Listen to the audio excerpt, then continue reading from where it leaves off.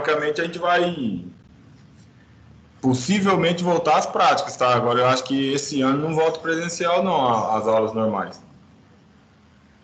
Eu falo assim, porque eu particularmente peguei umas matérias massas esse semestre, só que eu acho que se fosse presencial seria um pouco mais interessante do que online, hein?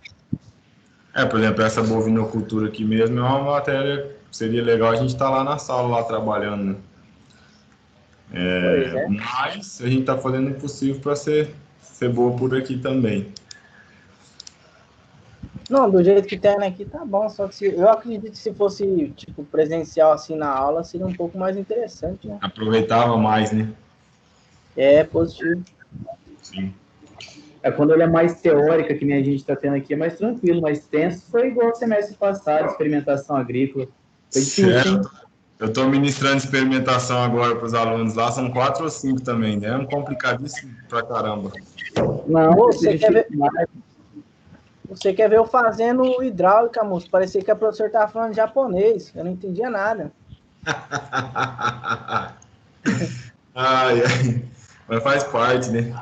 É o único jeito que nós temos para estudar, né, cara? Infelizmente, as disciplinas de cálculo eu estou tentando fazer pelo iPad aqui.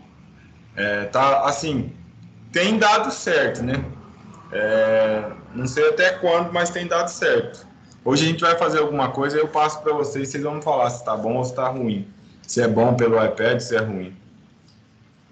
Não, essas matérias ainda tem de boa, mas que nem, tipo, essa hidráulica que eu peguei semestre passado, moço, rachou eu, hein, esse trem online aí. Então vamos lá. Olha só. Nós falamos bastante sobre raças de bovinos. Primeiro a gente falou um pouquinho sobre características de mercado, né, de gado leiteiro e gado de corte. É evidente que, de uma maneira mais específica, a maioria de nós tenha pelo menos visto falar, né, de algumas características do mercado, do desenvolvimento da cadeia produtiva, tanto da carne quanto do leite, até porque nas nossas regiões, né, nas regiões onde nós vivemos, esse mercado é um mercado sempre ascendente, né, que está em desenvolvimento e, no caso, nos dias atuais, nós estamos vivendo aí, na maioria dos dias, né, uma alta do preço da carne, principalmente, tá? Não, aí de leite a gente já pode conversar um pouco com menos potencialidade num contexto de aumento, porque geralmente o mercado leiteiro ele tende a variar muito aí ao longo dos anos, inclusive ao longo dentro dos meses, né, de um ano, mas que de fato é um mercado que tem dado sucesso, que tem trazido retornos financeiros, e que nós precisamos alinhar e analisar dentro de um contexto geral para o engenheiro agrônomo como nós, né, quando formos planejar e orientar um produtor. Então, a conversa que eu tenho com vocês sempre aqui, a troca de informações, sempre é no conceito de formar pessoas, formadores de opinião, né, dentro de um sistema produtivo, para que no futuro vocês tomem ciência do planejamento de uma atividade produtiva e tomem decisões, né, levem em consideração as características produtivas que aprenderam e tomem decisões que sejam elas positivas para o aumento das produtividades dentro do contexto do sistema que vocês vão trabalhar. Então, é interessante analisar essas características que nós vamos visualizar aqui hoje, mas é extremamente interessante que vocês se recordem das características vistas anteriormente, né? Que a gente for comentar e conversar, a gente falou um pouquinho sobre as raças, tanto de bovino de corte quanto de leite, falamos de raças nacionais, raças internacionais, né? A origem das características e como é que foi advindo esses animais aqui. Então, teoricamente, a gente tem um conhecimento prévio aí das principais raças, né? Raças de corte, raças de leite e raças mais especificamente de dupla aptidão, tanto para corte quanto para leite, que são utilizados no nosso país, né? É evidente... passou um motoqueiro aqui.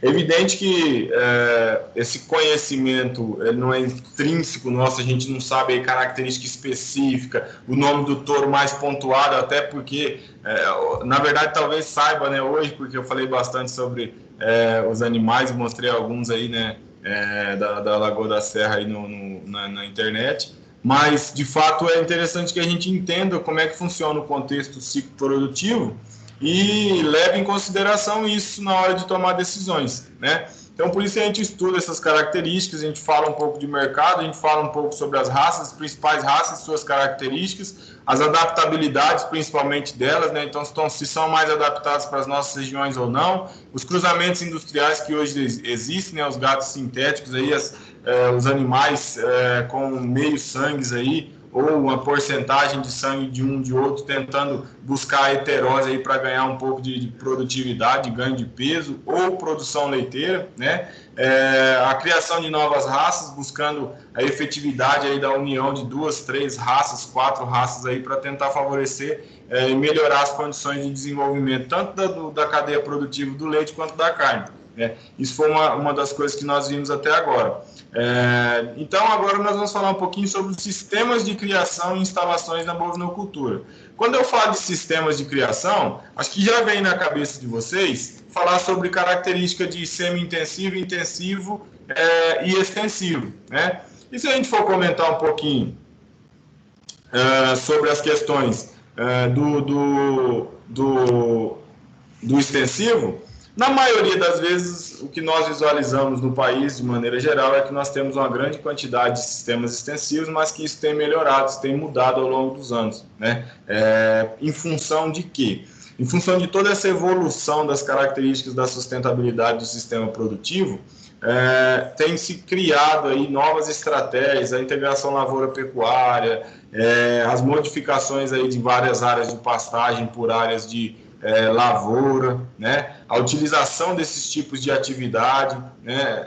A área da silvicultura tem ganhando um espaço grande aí também. Então, tem se feito muitos trabalhos, tem se trabalhado em cima disso, tentando melhorar as condições. Então, hoje já se tem um número de pastagens que tem um manejo dentro delas muito maior do que se tinha antigamente.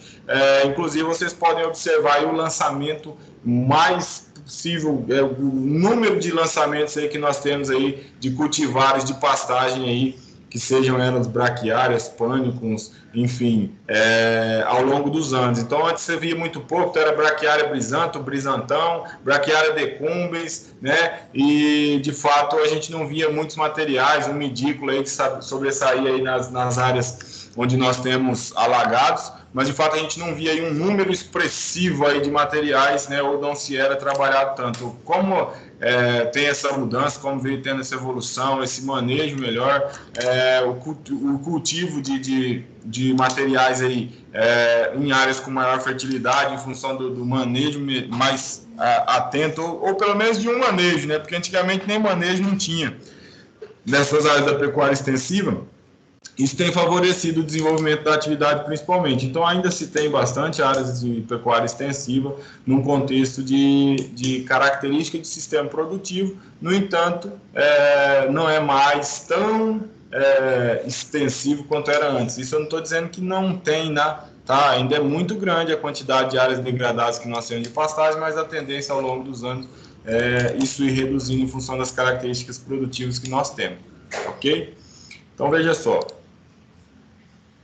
Nós já conhecemos, então, as características das cadeias produtivas, tanto de carne quanto de leite, desde a sua formação até o panorama atual, né? Então, os animais vieram, serviam aí para utilização para cargas, né? E, de fato, produção de carne, utilização do couro aí para construção e para fabricação de sapatos, e ao longo dos anos foi se desenvolvendo as suas características, e foram aliando aí características produtivas tanto para a produção de leite quanto de carne, né? As principais raças taurinas, zebuínas, sintéticas ou compostas e de dupla aptidão comumente utilizadas na bovinocultura brasileira, nós já visualizamos também.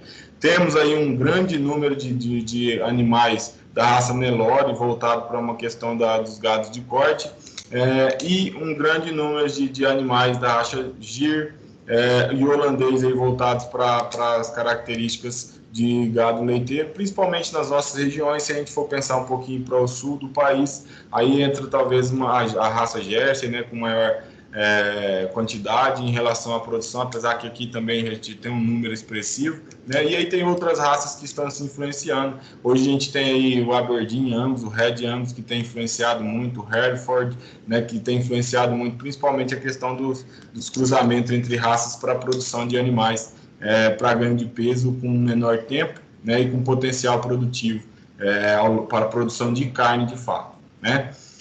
E agora a gente vai falar um pouquinho sobre os aspectos técnicos dessa atividade, né? Para isso, a gente precisa entender quais são os sistemas de criação, as suas características, como que eles influenciam o planejamento das instalações, qual que é a importância de colocar uma construção adequada, né, em relação à produtividade e sustentabilidade econômica daquilo que você está produzindo do seu empreendimento agropecuário, né?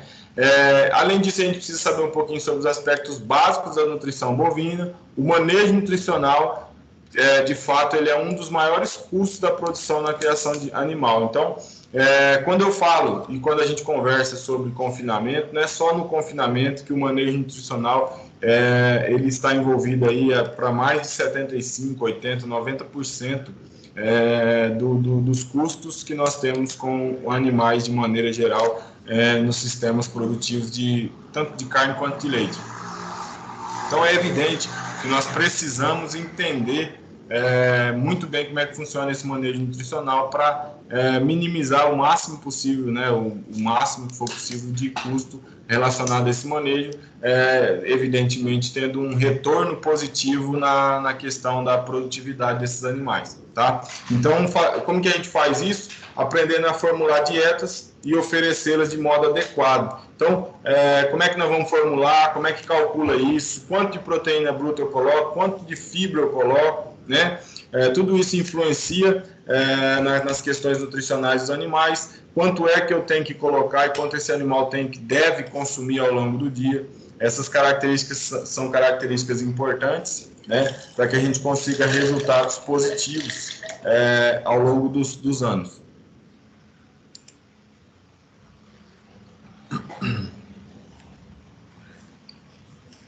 Um ponto importante na bovinocultura é garantir as estruturas físicas da propriedade, atendendo tanto os animais, gente, quanto os funcionários. Por que que a gente faz isso? Porque quando a gente faz a garantia dessas características e estruturas físicas da propriedade, ou seja, tem feito uma estrutura bem realizada, nós garantimos conforto, né, protegendo contra clima, boas condições de saúde e de produção. De fato, isso aqui, esse conforto, não tão especificamente, né, mas é mais voltado para a questão dos animais, né, e a eficiência da mão de obra, tá? Então, uma mão de obra eficiente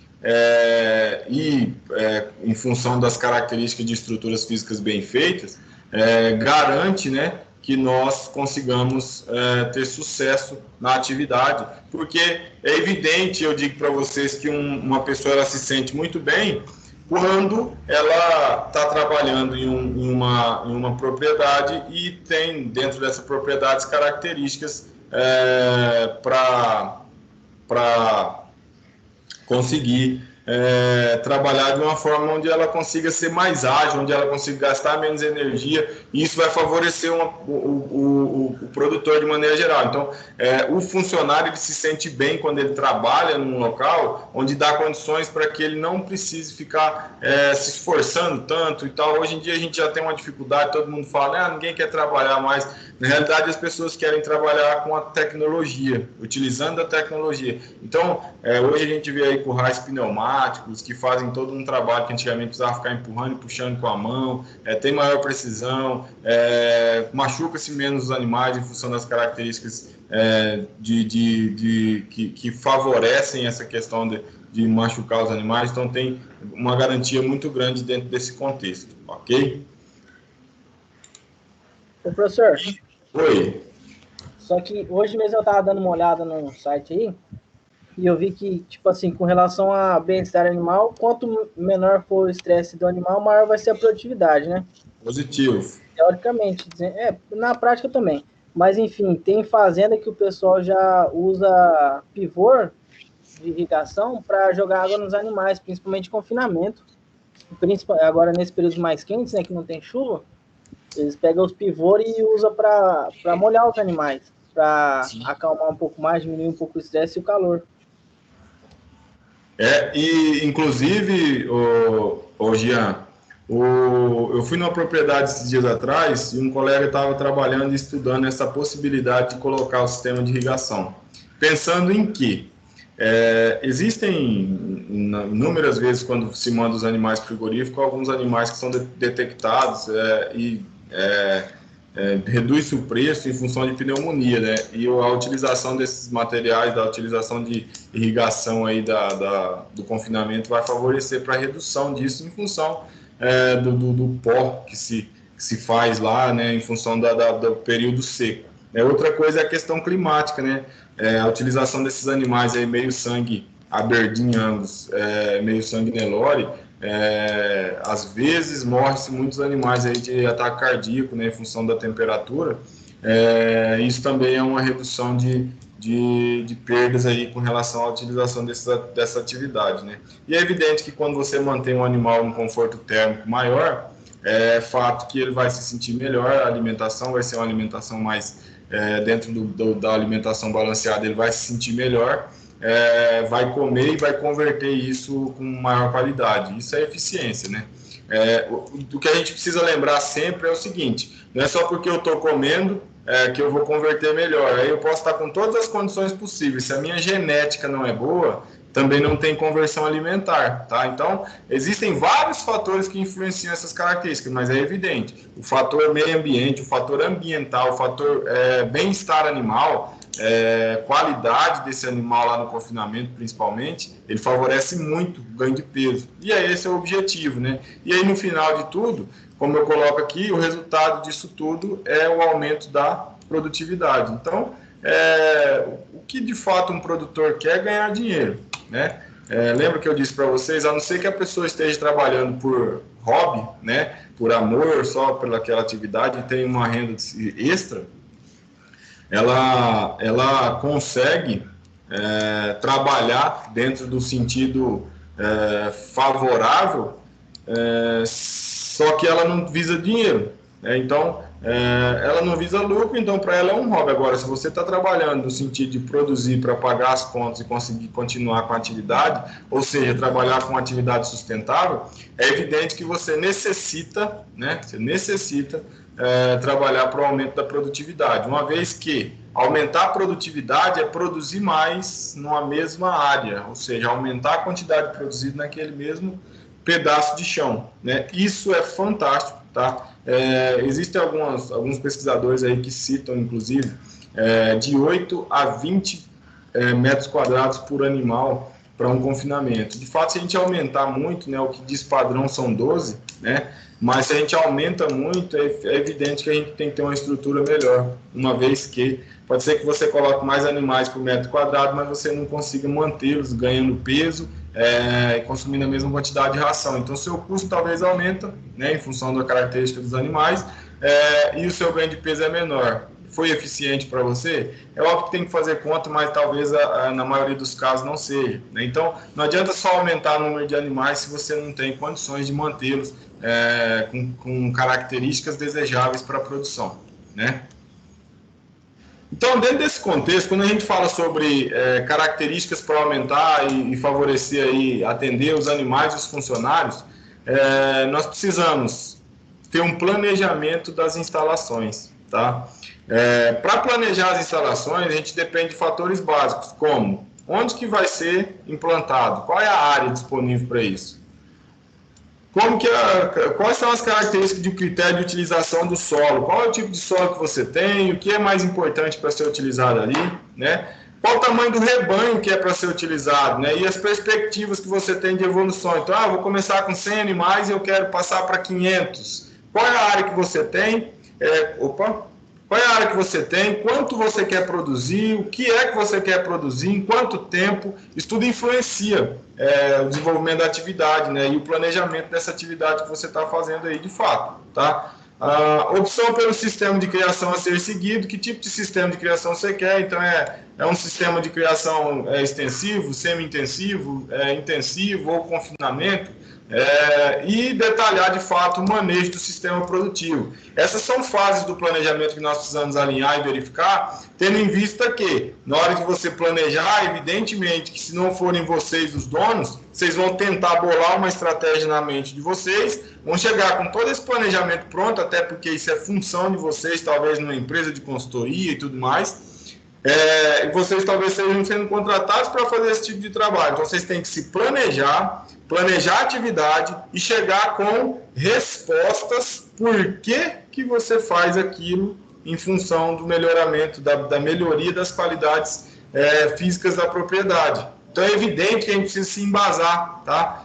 Por isso que a gente faz todo esse estudo em volta das características produtivas, dos tipos de raça, do mercado de tanto de carne quanto de leite, para que a gente consiga entender essa cadeia produtiva de uma forma geral, né? Ou pelo menos tenha um entendimento de forma geral, tá? Então, dentro do contexto de área, tá? Na área onde se implantar, a gente precisa verificar a localização da propriedade, tá?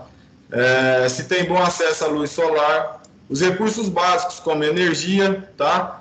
Água potável, se tem, para poder oferecer para esses animais, oferecer boas condições para recebimento de insumo e para escoamento de produção. Então, teoricamente, quando a gente fala na área, a gente pensa sempre em...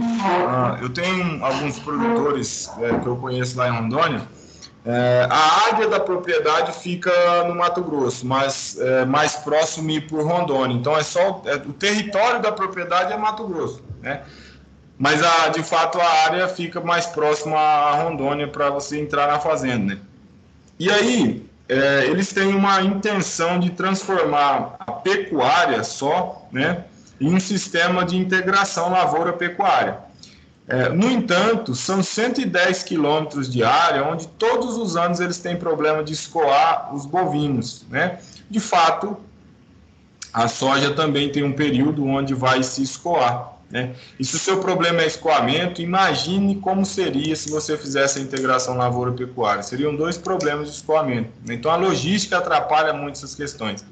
Então, nesse caso aí, ele já tem a propriedade, já está produzindo. Agora, se a gente for implantar, ou se você for implantar, for colocar o sistema, é interessante analisar isso, porque na hora de escoar você vai ter problema, né? E esse problema é um problema sério, porque se você não consegue mandar para o frigorífico 1 dia, 10 dias, 5 dias a mais consumindo, já que a alimentação é o que corresponde aí a 70%, 90% do custo do confinamento, por exemplo, de fato você está perdendo muito dinheiro, né? E às vezes ou está deixando de lucrar mais em função dessas características. Então, por isso é interessante já se planejar com relação à área, né? E para que essa área ofereça boas condições para receber insumos também, você precisa fazer adubação, aplicação de calcário, manutenção dessas pastagens, né?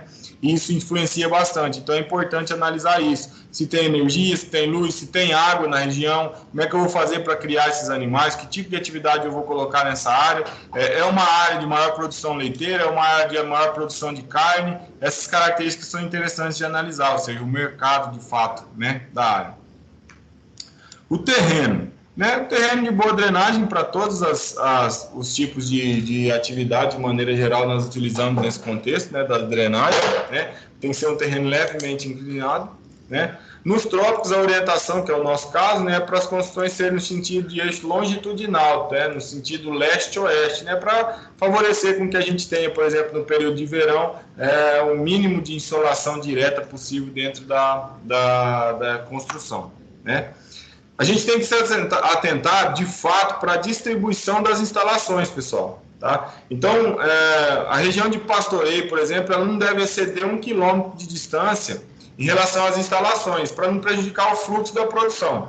Ah, Paulo, mas, pô, 1 quilômetro, né, tem propriedade tão grande. E tá, eu estou falando principalmente nesse caso aí, de produção leiteira, tá? Porque imaginem vocês os animais se deslocarem mais de 1 quilômetro todo dia para poder fornecer leite, né?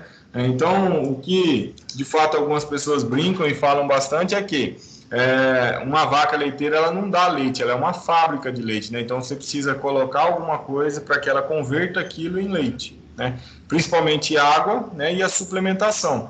Então, de fato, se você não der condições para que ela se locomova pouco e tente chegar o mais rápido possível ao local para produzir, imagina todos os dias um animal se deslocando mais de 1 quilômetro para chegar até no curral onde ele vai ser ordenhado. Então, isso é um problema, né, principalmente para o gado leiteiro. Evidentemente que a movimentação dos bovinos de corte também pode ser influenciada em função dessa distância, tá?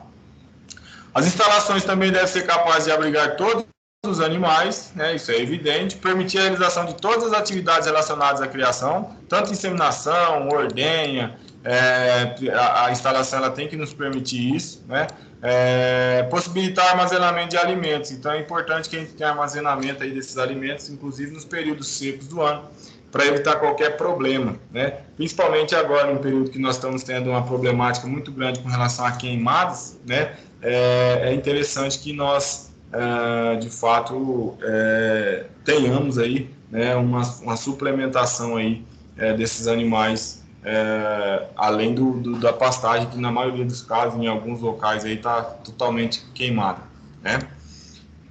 Informações coletadas, aí a gente vai para característica de projeto, né? Então a gente elabora um layout, né, sobre o nosso projeto, e aí a gente vai discutir com o produtor e com quem mais tem que tomar a decisão, certo? Para elaborar as plantas, principalmente das construções, né, que são alvos fixos, são coisas fixas que vão ficar lá na propriedade. De fato, a gente tem que organizar bem onde é que isso vai ser construído para evitar problema e mudança, né? Descrever todas as atividades a serem realizadas em cada instalação, né? E aí elaborar também o orçamento. Então a gente precisa saber custo de material, equipamento, mão de obra, cronograma físico-financeiro, estabelecendo prazo para execução das construções e liberação de recursos para viabilizar essa execução. Então, tudo isso são informações para montagem e início de uma atividade nesse contexto, tanto leiteira quanto de corte, né? Isso é fato. Precisam ser coletados para que a gente tenha sucesso na atividade e evite problemas futuros, né? Aí dentro desse contexto tem um exemplo aqui, eu vou ver se eu consigo aumentar aqui, mas de fato, ó, se vocês analisarem aqui, o número 1 são as estradas, né, de circulação, o número 2 é sala de ordenha e leite, né, aqui, ó, tá a sala de ordenha, a sala de leite, né, foi feito um croquis aqui, curral de alimentação é o 7, tá? Então, são características que foram feitas, curral de alimentação, fica aí dentro, né, coxo e tal, bebedouro, né, ó, comedouro para volumoso, 8, 9 bebedouros, então, 8 comedouro para volumoso, 9 bebedouro, fica aqui no meio. Então, são características que foram desenhadas e para basear como é que vai ser feita a construção. Nesse caso aqui, teoricamente, é para gado leiteiro, né, se a gente for parar para pensar nesse contexto.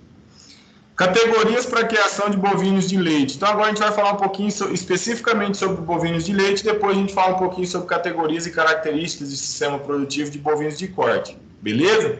Então, olha só, a gente tem bezerros, novilhos, né, que são as fêmeas até a puberdade.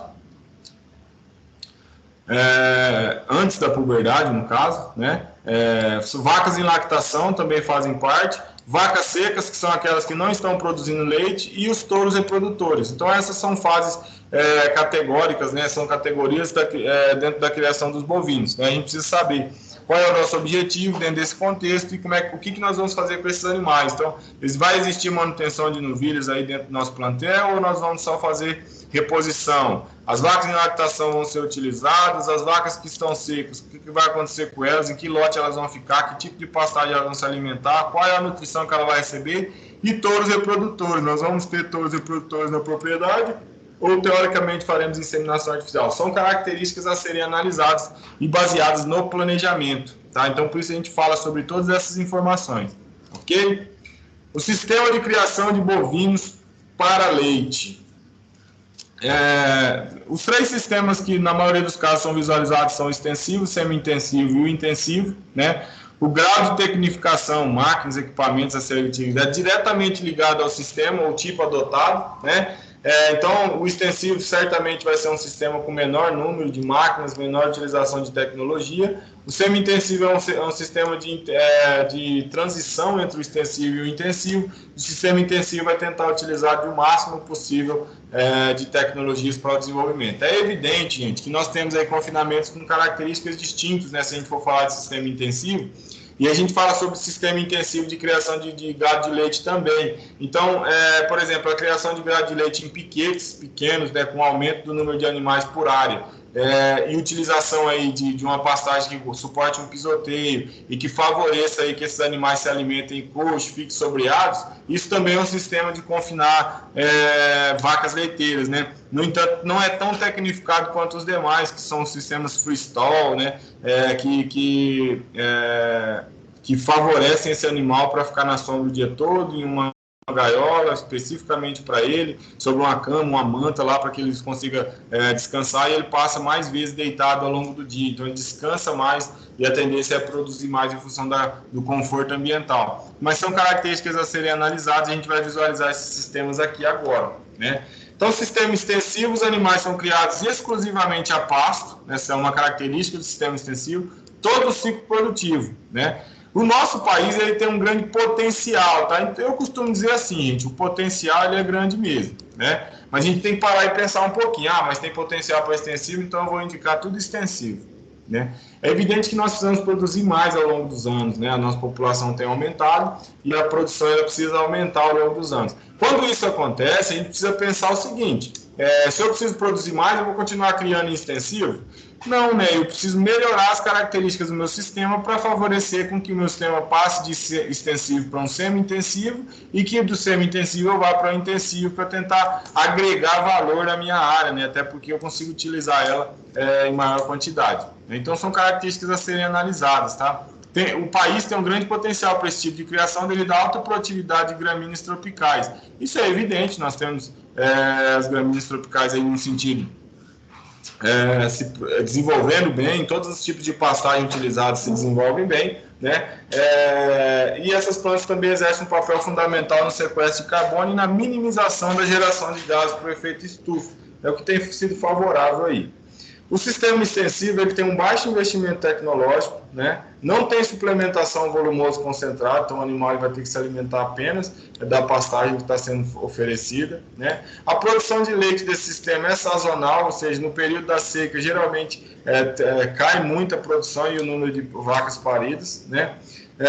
O leite tem baixa qualidade em função do manuseio e da ordenha manual, né? Os animais com baixa aptidão leiteira, então geralmente animais aí com pouca produção, 2 litros, 3 litros de média ao longo do mês. As terras são grandes extensões, né? Então a gente deixa de utilizar realmente o potencial que essa área tem, e baixa rentabilidade se a gente for pensar em reais por hectare, né? Então o sistema extensivo é um sistema que realmente tende ao longo dos anos a se diminuir em função das características de suporte e de manutenção e de sustentabilidade no mercado, né? O sistema extensivo ele possui pastagens nativas, cultivadas de baixa produtividade, né, e pouco uso de insumos, né? Então, na maioria dos casos, a gente pode ter sistemas extensivos com pastagens nativas, né, principalmente nas nossas regiões, região do Pantanal, aí, regiões mais ao norte. A gente vai ver um mapa onde fala das características das pastagens nativas, né? O manejo das pastagens nesse sistema, na maioria dos casos, não é feito manejo ou não é feito corretamente, né? E, de fato, as bacias leiteiras elas enfrentam a degradação de pastagem tremenda aí no país, né? Falta correção em acidez e reposição de nutrientes do solo nessas áreas, né? Utilização de forrageiros de baixa fertilidade é muito grande, né? E isso resulta no sistema com baixa produtividade por hectare, o retorno financeiro por hectare, né? Mesmo quando a gente tem um bom manejo dessa atividade no sistema extensivo, gente, da pastagem sistema extensivo, ele limita, né, o potencial produtivo. Então, dificilmente eu ia conseguir comprar um animal holandês de raça, tá? E colocar ele numa pastagem extensiva sem concentrado e volumoso, sem estar dando um suporte nutricional para ele, e ele iria conseguir ter o potencial produtivo, mesmo que ele estivesse com as pastagens com a melhor característica possível, que é uma característica da raça, esse tipo de desenvolvimento com relação à nutrição, tá? O sistema extensivo, ele embora seja de menor investimento, ele leva a produções menores de leite, culminando em menores receitas, né? Mas ele reduz de forma significativa o custo, tá, para produzir essa quantidade de leite, tá? E aí tem uma redução também com concentrado, com combustível, com maquinário e mão de obra. Então, as margens brutas, né, as diferenças entre receita e custo de produção são maiores, né? Então, de fato, produz uma margem bruta maior em função dessa característica de conseguir reduzir custo e ainda assim conseguir produzir uma quantidade em específico de leite. Então, é uma característica a ser analisada, a gente precisa pensar em quanto a gente quer produzir, o que a gente quer fazer da atividade e, de fato, eu sempre digo que quando vocês têm um sistema extensivo, não é problema você começar com ele, mas de fato ao longo dos anos, se a sua atividade for dando certo, a sua tendência é trabalhar com semi-intensivo ou com intensivo de fato, tá? Sistemas baseados em pastagem nativa, né? Variam desde um extrato herbáceo com gramínea e leguminosa até um arbustivo, né? Então são plantas nativas da região que servem como pastejo para os animais, tá? Geralmente são sistemas exclusivamente para cria, né? Com baixa incidência de recria e nenhum macho para engorda nesse tipo de sistema de pastagem nativa, né? Capacidade de suporte baixa aí de 0,1 a 0,3 unidades animais por hectare, né? Os indicadores de desempenho são baixos, né? Nas regiões subtropicais pode acontecer até recria e engorda nessa área de pastagem nativa, né? E aí nessas regiões varia em torno de 0,5 a 1 unidade animal por hectare, né? Mas também tem um desempenho baixo. Então são características de pastagem nativa, daqui a pouco a gente vê um mapa, tá? E o sistema baseado em pastagem cultivada, atividade de cria, recria e engorda, falando aí em bovinos de corte, né? Uma capacidade de suporte de 0,5 a 2,5 unidades animais, né? Pouco ganho de pastagem, porque pouco ganhos em função de que as pastagens estão em degradação, tá? Principais gêneros de pastagem utilizados: braquiária e pânico são os principais, tá? E aí a gente tem aí os estilosantes e os araques, né, que são os gêneros que compõem as pastagens consorciadas. Tanto as gramíneas quanto as leguminosas são de características perenes, né? Os araques aí, os amendoins forrageiros, né? Todavia, no sistema de integração lavoura-pecuária são utilizadas também gramíneas de ciclo anual, tais como milheto, aveia e sorgo, né? Então, pode ser utilizado essas gramíneas de ciclo anual aí, de um contexto geral dentro de um sistema de integração lavoura-pecuária. Mas esses são os principais gêneros de pastagem utilizados aí, tá? Aí eu trouxe aqui Deixa eu tentar sair aqui. Um negócio da Embrapa aqui, para vocês visualizarem. Com relação às características de desenvolvimento.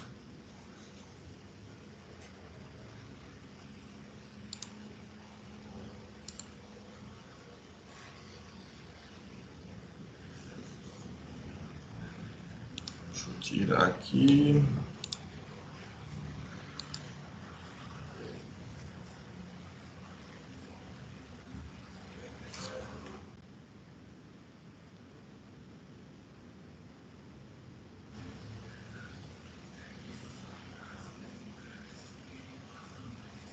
Ó, veja bem, ele fala muito sobre uma questão de pastagem com manejo, tá?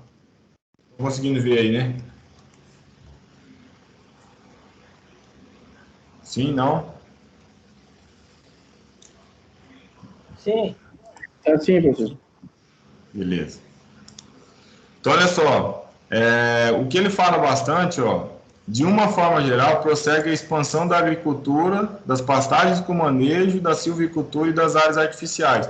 Isso aqui é um trabalho da Embrapa, né, que ela lança, da Embrapa não, do IBGE, ele lança um novo mapa de cobertura e uso da terra no Brasil. Então, vejam bem, quando eu falei sobre a expansão da agricultura, ela é nítida, né, mas das pastagens com manejo, né, ela vem aumentando ao longo dos anos. E aí, se a gente for utilizar isso, de fato, a gente tem bastante questões aí de pastagens com manejo que eles vão trabalhar, né? Ó, nota-se uma tendência da expansão das áreas agrícolas e das pastagens com manejo, preferencialmente sobre áreas de pastagens naturais, tá? As áreas de silvicultura cresceram, né, em função das pastagens naturais ou com manejo, né? Essa desaceleração está ligada principalmente à conversão de pastagens em áreas agrícolas. Então, teve uma desaceleração aí do período de 2010 a 2012, né? na verdade, o ano seguinte, 2010, 12, né, que seria 12, 13. E essa desaceleração é a substituição das áreas de pastagem por áreas agrícolas e em áreas de silvicultura também. Então, vejam vocês que as pastagens natural ela vem diminuindo ao longo dos anos, e aí a gente tem uma pastagem com manejo, né, que é a forma como eles tratam aí, aumentando. Então, certamente a gente vai, ao longo dos anos, trabalhar e manejar as pastagens para o desenvolvimento da atividade, tanto de gado de leite quanto de gado de corte, tá? Eu mostro para vocês aí, né, regiões com predominância de pastagens nativas, tá? Então, são regiões específicas aí do país, né? Observe vocês que são regiões mais distantes aí, né, das nossas regiões. De fato, aqui nós temos uma área do Pantanal, onde tem bastante pastagem nativa, e de fato a gente visualiza isso, né?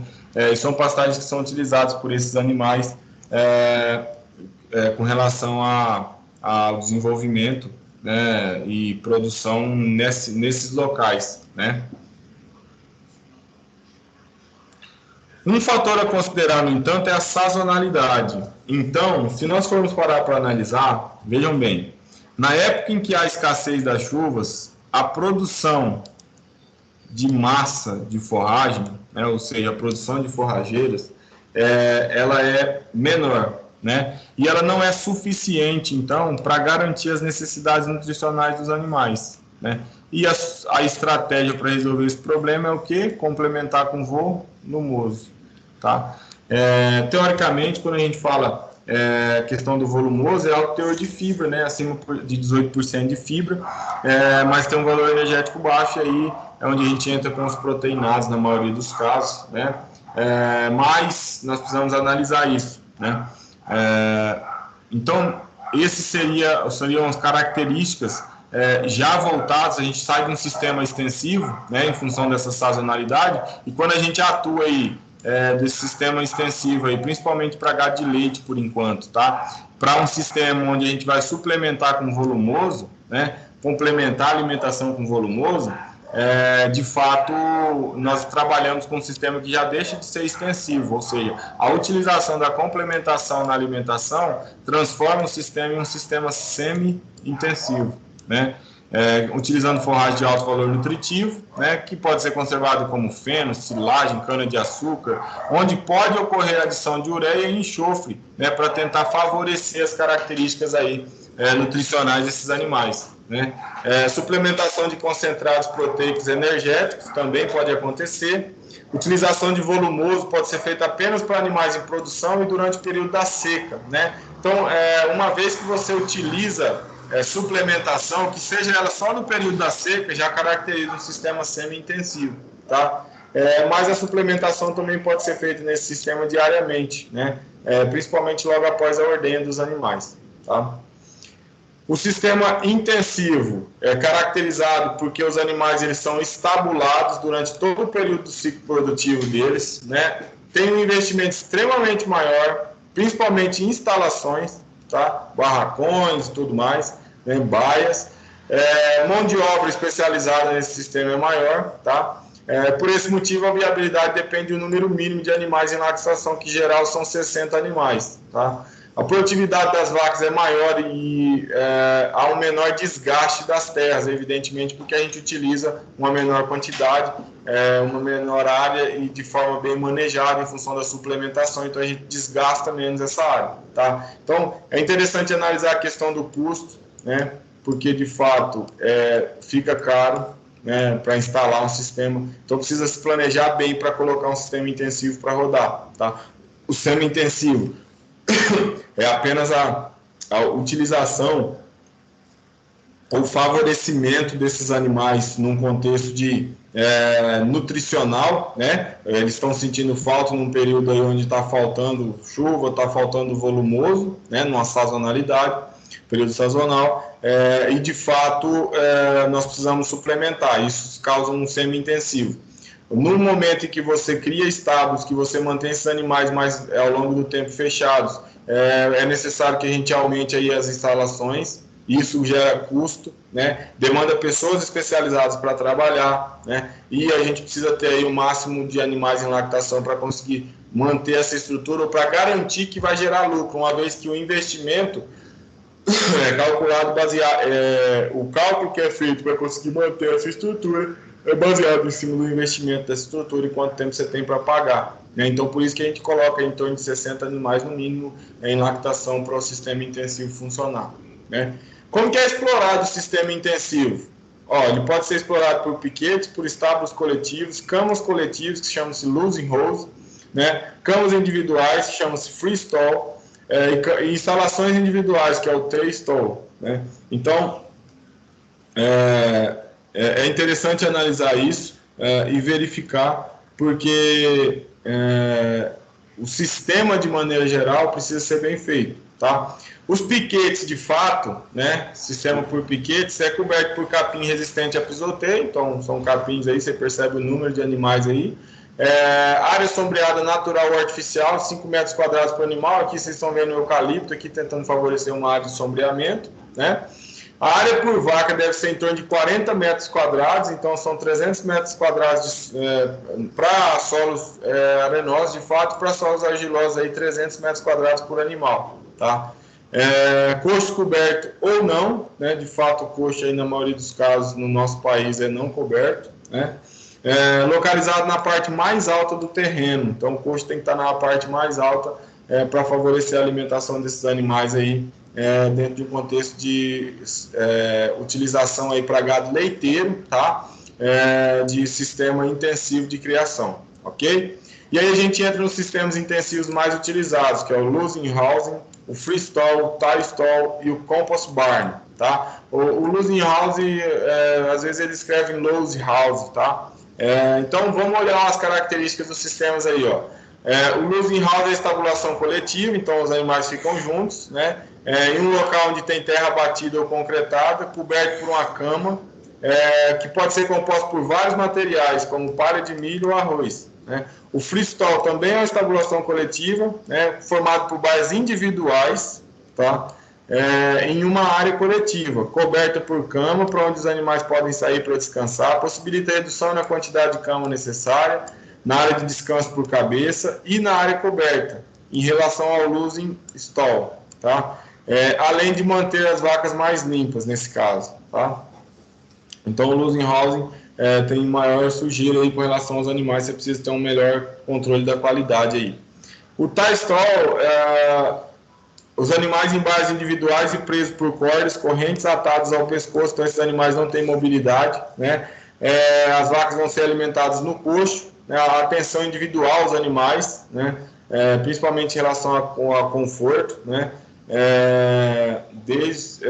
Oferece dificuldades para aprender e soltar os animais, limita o exercício das vacas, possui alto custo de construção, reduz a possibilidade de a gente ter lotes separados aí, e aí o estresse é um pouquinho maior dentro dos animais. Vocês vão ver aí uns vídeos que eu coloquei aí, mostrando aí os sistemas, é bem interessante de visualizar essas características, tá?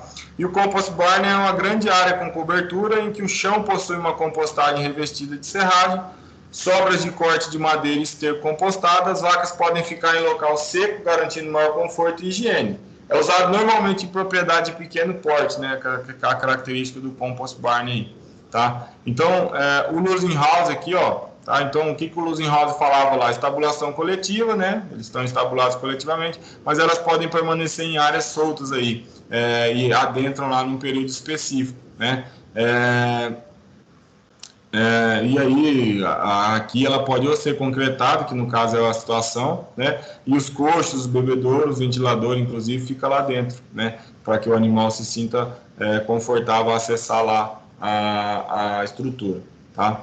O freestall, né? Característica aí de baia única, aí, mesmo que você tenha mobilidade, mas você tem uma baia única para cada animal, e aqui é a cama onde eles podem se deitar, tá? O tie stall, olha aqui os animais presos pelas correntes, cada um na sua baia, o comedouro e um bebedouro, evidentemente que o coxo aqui, o comedouro e o bebedouro aqui, né, caracterizando o sistema, né? E aí, mostrar um pouquinho para vocês as características do sistema aqui.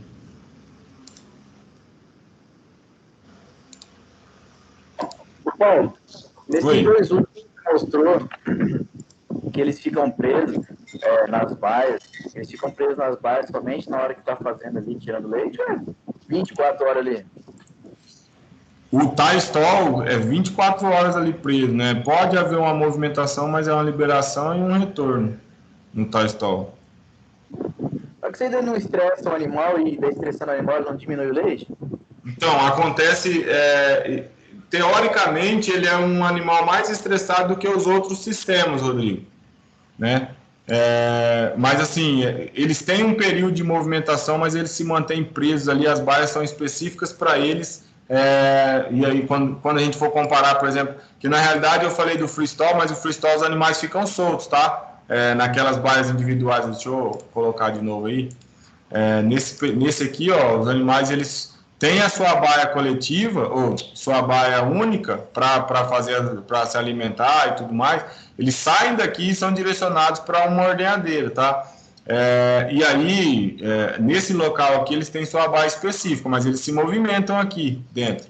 Agora, nesses sistemas aqui, elas são fechadas e só tem esse local aqui para se manter, tá? Aí daqui elas se direcionam para o local para fazer a ordenha e retornam para cá para fazer a alimentação e a beber água. Por isso que tem um bebedouro aí para cada uma dessas bainhas aí, para o animal estar bebendo água, tá? Então o estresse aqui é maior. Inclusive, aqui na planilha aqui fala, que essas vacas aí, ela tem por lotes, cadê a minha reguinha aqui? Pode causar, ó, tá vendo? Causa maior estresse aos bovinos, porque você não consegue separar eles não têm a mesma movimentação natural do que os demais, tá? Então eles têm restrição da movimentação. Então eles não estão ali na condição natural, né? Que é uma coisa que do bem-estar animal, que vem se falando muito aí, a gente falou em suíno lá, que vem se cobrando muito, que é o animal poder exercer as suas funções naturais de mobilidade, né? Nesse caso aí ele está preso, né? E ele fica ali obrigatoriamente para se alimentar durante o período que se deixa para depois ser levado para fazer a estrutura, a tiragem do leite, né? A ordenha de maneira geral. Eu vou mostrar aqui para vocês agora um tie stall com característica bem interessante, tá? A gente está falando do animal estar estressado, evidentemente em função de ficar fechado, tá, Rodrigo? Mas olha a característica do sistema aqui, a evolução do sistema, tá? Acho bem interessante quando eu achei o vídeo.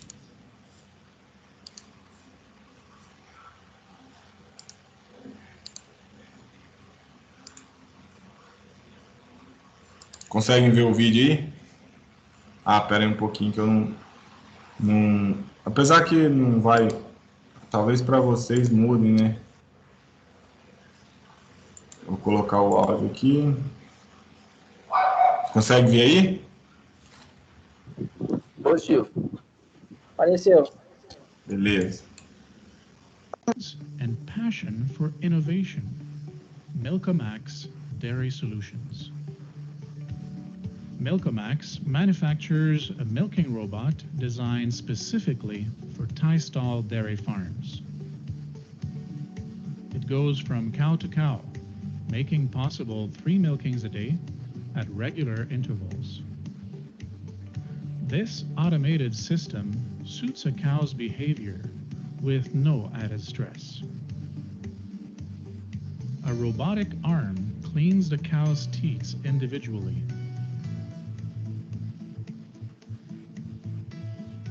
A laser-guided system confirms exact positioning of each teat before attachment. Teat cups are attached one by one, and the milk from each quarter is analyzed separately.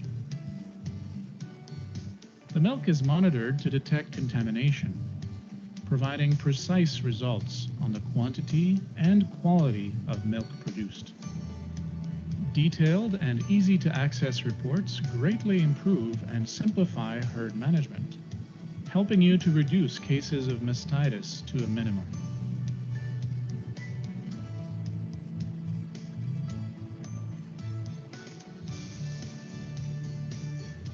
Remote internet access keeps you informed on the state and performance of the robot. The tie stall AMS allows you to do more of what you want to do. Ensures milking robots will 3 milkings a day at regular intervals. Aí, nesse caso aí, Rodrigo, não sei se você percebeu aí, os animais estão presos lá e a ordenha está sendo feita no local, né? Então, eles ficam como se fossem confinados mesmo ali ao longo do dia, né? Mas vocês perceberam aí a estrutura que tem em relação a esses animais, né? Você viu o jeito que o robô que foi desenvolvido para tirar o leite aí. Achei bem interessante, não sei se vocês já tinham visto. Não tinha visto não. Ô, Paulo, por exemplo aqui, antes pelo menos ela pelo menos ia lá para tirar o leite, né, e voltava para o lugar. Agora ela nem sai mais do lugar dela. Só que em cima disso aí, não sei, né, eu estou perguntando, mas em cima desse manejo aqui deve ter todo um outro tratamento para desestressar esse animal, não tem? Porque, sei lá, assim, na minha leiguice, né, eu acredito que o primeiro lá em cima é Lusenhouse, acho que é. Sim. O cara deve dar mais leite do que esse aqui. Teoricamente, quando a gente pensa em... porque, assim, quando você fala sobre isso, a gente tem que juntar um monte de informação, né? Esses animais aí, certamente, você vê aí que são características holandesas, né? A raça. E quando a gente traz esses animais para a nossa região, certamente eles vão passar calor, né? Aí você vê que eles têm uma estrutura total, aí, inclusive ali em cima parece ser ar-condicionado, né? Então esses animais eles estão numa estrutura totalmente controlada para evitar ao máximo essas características, né? Eu não sei se suíno você faz também. Na aula de suíno lá eu falei alguma coisa relacionada com bem-estar animal, e eu disse que às vezes uma galinha poedeira numa gaiola, ela está sendo mais bem tratada do que uma galinha que está solta. Só pelo fato da galinha estar solta não quer dizer que ela está tendo qualidade de vida, né? Às vezes se falta alimento para ela não está tendo qualidade de vida. Então, naquele sentido ali, se a gente for pensar numa questão de estresse por movimentação, é evidente. Então, pode ser que a gente tenha mais problemas, talvez desses animais aí em pé e tudo mais. Mas o que de fato não é 100% do tempo que esses animais ficam presos, tá? Mas eles passam uma grande quantidade do tempo aí presos sobre essas correntes e se alimentando aí nas baias em específico, né? Que é uma característica específica do sistema. Mas, teoricamente essa movimentação aí influencia, sim, na questão da qualidade de vida do animal, no estresse, né? Mas, se a gente for pensar no sistema, o tanto de investimento que foi feito minimiza esse problema, né? Sim, entendi. Jean? Não, eu queria... por causa que eu tinha ido numa palestra uma vez ali no Laticínio, e uma das coisas que citaram nessa palestra é que principalmente o gado leiteiro, quanto menos ele andar no dia, é mais favorável para aumentar a produção do leite. Então, eu acho que esse aí é um dos motivos pelo qual o animal fica preso o dia inteiro, né? Sim, e de fato é isso mesmo, porque assim, quanto menos energia você gastar para manter característica metabólica do corpo para movimentação e tudo mais você redobra essa energia para produção de uma maneira geral, né? E a produção nesse caso aí é de leite. Isso é fato, até por isso foi falado lá antes para construir a instalação com o mínimo de espaço entre a instalação e o local onde vai ser ordenhado, dependendo do sistema que você está utilizando, né? Mas nesse caso aí, como eu digo, né, uma união de fatores, a gente tem que ver o que traz menos problema para nós. Eu, por exemplo, se fosse manter um sistema, teoricamente ia tentar trabalhar num sistema semi-intensivo, né, com a utilização de volumoso, criação desses animais a pasto, porque hoje não tem uma condição financeira inicial de investir alto para conseguir um sistema onde eu conseguisse uma instalação que conseguisse manter esses animais por mais tempo lá, ou caracterizasse um sistema intensivo, né? Mas isso é uma questão de escolha e característica do produtor. É evidente, se você movimenta mais, produz-se menos. No entanto, Nesse caso aí, às vezes, fosse interessante, dependendo da característica do local, por exemplo, deixar que esses animais ficassem mais à vontade dentro da área para produzir, por exemplo, num local igual o Mato Grosso, com calor tremendo, né? Então, esses tipos de instalações aí, no Brasil, eles são muito pouco utilizados, em função principalmente dessa questão do clima, né? Porque a temperatura é muito alta, então a gente passa a ter problema com relação ao desenvolvimento desses animais.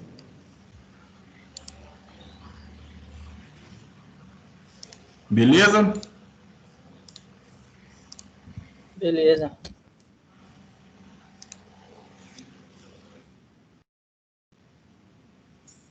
E aí o compost barn é característica de um barracão, né, onde eles ficam em área livre, né, e de fato é com composto aqui. Agora vai ter um vídeo falando sobre uma interação entre um e outro, né, entre um sistema e outro, entre o compost barn e o freestyle, e vai falar sobre a questão da temperatura dessa cama, que pode elevar um pouquinho, dependendo do local onde é criado, tá? Eu achei interessante trazer para vocês aí, e aí colocar aí para a gente conseguir visualizar. São alguns vídeos que eu acho bem interessantes. Eu sempre procuro alguns vídeos para a gente conseguir relacionar o que eu estou falando, né? Por exemplo, a gente quase não vê esses sistemas aqui na nossa região, principalmente. E aí eu trago os vídeos para a gente conseguir alinhar isso.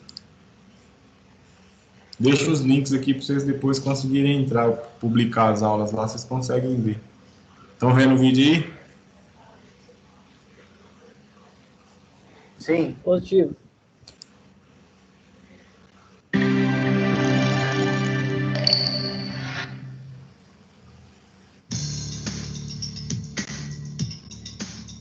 Mesmo com toda a extensão territorial e a oferta de forrageiras, o Brasil ainda deixa muito a desejar quando falamos em alta produtividade de leite. Para que haja um aumento satisfatório, muitos produtores optam por sair de sistemas extensivos baseados em pastagens para investir em sistemas confinados, como o freestyle e, mais recente no Brasil, o compost barn, ambos com o mesmo fundamento: oferecer mais conforto ao animal para que ele tenha condições de expressar todo o seu potencial genético através da produtividade. Mas qual a grande diferença entre o freestyle e o compost barn? A diferença fundamental são dois sistemas confinados. A diferença fundamental é o sistema de cama, né? O freestyle você tem uma cama delimitada, né? Normalmente por 2 ferros, né? Que delimita a área onde a vaca vai deitar. A cama pode ser de areia, pode ser de um tipo de colchão, tem uns colchões prontos, tem alguns que o pessoal faz com raspas de borracha, mas eu particularmente, a gente tem visto os melhores resultados nas camas de areia. Deitando mais horas por dia, chega a dar diferença de 3 horas e meia a mais deitado por dia na areia do que no colchão. E então, com isso, a vaca vai produzir mais, porque ela vai descansar mais, ela vai ter mais tempo para descanso, vai ter menos lesão de casco, vai ter menos estresse, então o resultado é melhor. Já o composto, ele tem uma cama aberta, a vaca deita onde quer, né? Então a gente nota que a vaca fica mais à vontade, vamos dizer, para se deitar da maneira que ela achar melhor. Porém, por exemplo, se você comparar a temperatura de cama, né, de uma areia com do composto, que normalmente é pó de serra, uma maravalha, alguma coisa assim, normalmente a temperatura da areia ela é mais baixa, então ela é mais confortável nesse aspecto para o animal, né? Então você tem os dois lados da questão. Então, por isso é muito importante você ter, no caso nos dois, mas no caso do compost barn, uma ventilação maior, normalmente virada para a cama com dois intuitos. O primeiro, secagem da cama, porque ela tem que ser virada sempre, né? E segundo, para dar uma esfriada nessa superfície, para que a vaca tenha um pouco mais de conforto térmico. No freestyle, o ideal é que a areia tenha em torno de 30 centímetros de altura. A manutenção é feita basicamente por uma pessoa diariamente com uma enxada, retirando algum esterco que pode ter caído e nivelando a cama. E a reposição deve ser feita pelo menos de 1 a 2 vezes por semana. A dificuldade é manter sempre a areia num nível adequado, porque quando a areia começa a afundar muito, primeiro que a vaca consegue entrar mais por baixo do limitador, e com isso ela consegue defecar dentro da cama. E depois aquela muretinha de concreto que se tem na beirada da cama pode começar a machucar a vaca. Já no compost bar, a altura da cama deve ser em torno de 80 centímetros e ela deve ser trocada anualmente de acordo com a região. Alguns lugares pode demorar um pouco mais. A manutenção deve ser feita pelo menos de 2 a 3 vezes ao dia, onde a cama deve ser revirada com o trator e a reposição pode ser feita quinzenalmente. No caso do composto, acho que o grande cuidado é você estar sempre virando a cama, no mínimo 2 a 3 vezes por dia, tá? Para que a compostagem seja bem feita, para que venha para cima uma superfície não contaminada, que já tenha, as bactérias já morreram e tudo mais. E também o cuidado, às vezes, de não deixar formar, nessa virada, não deixar formar torrões, né? Ela tem que estar sempre fininha, né? Para manter a qualidade dessa cama. Cuidado, por exemplo, no formato do barracão ou no direcionamento do barracão, para que não pegue chuva dentro, porque aí começa a umedecer demais. 2 estruturas que foram criadas para dar conforto aos animais, mas que, se manejadas de maneira incorreta, pode trazer o efeito contrário. Por isso, procure pessoas capacitadas para te orientar. Vira aí que sistemas são bem...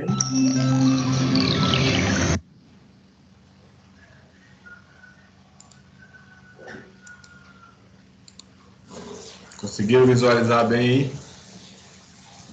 Sim, sim.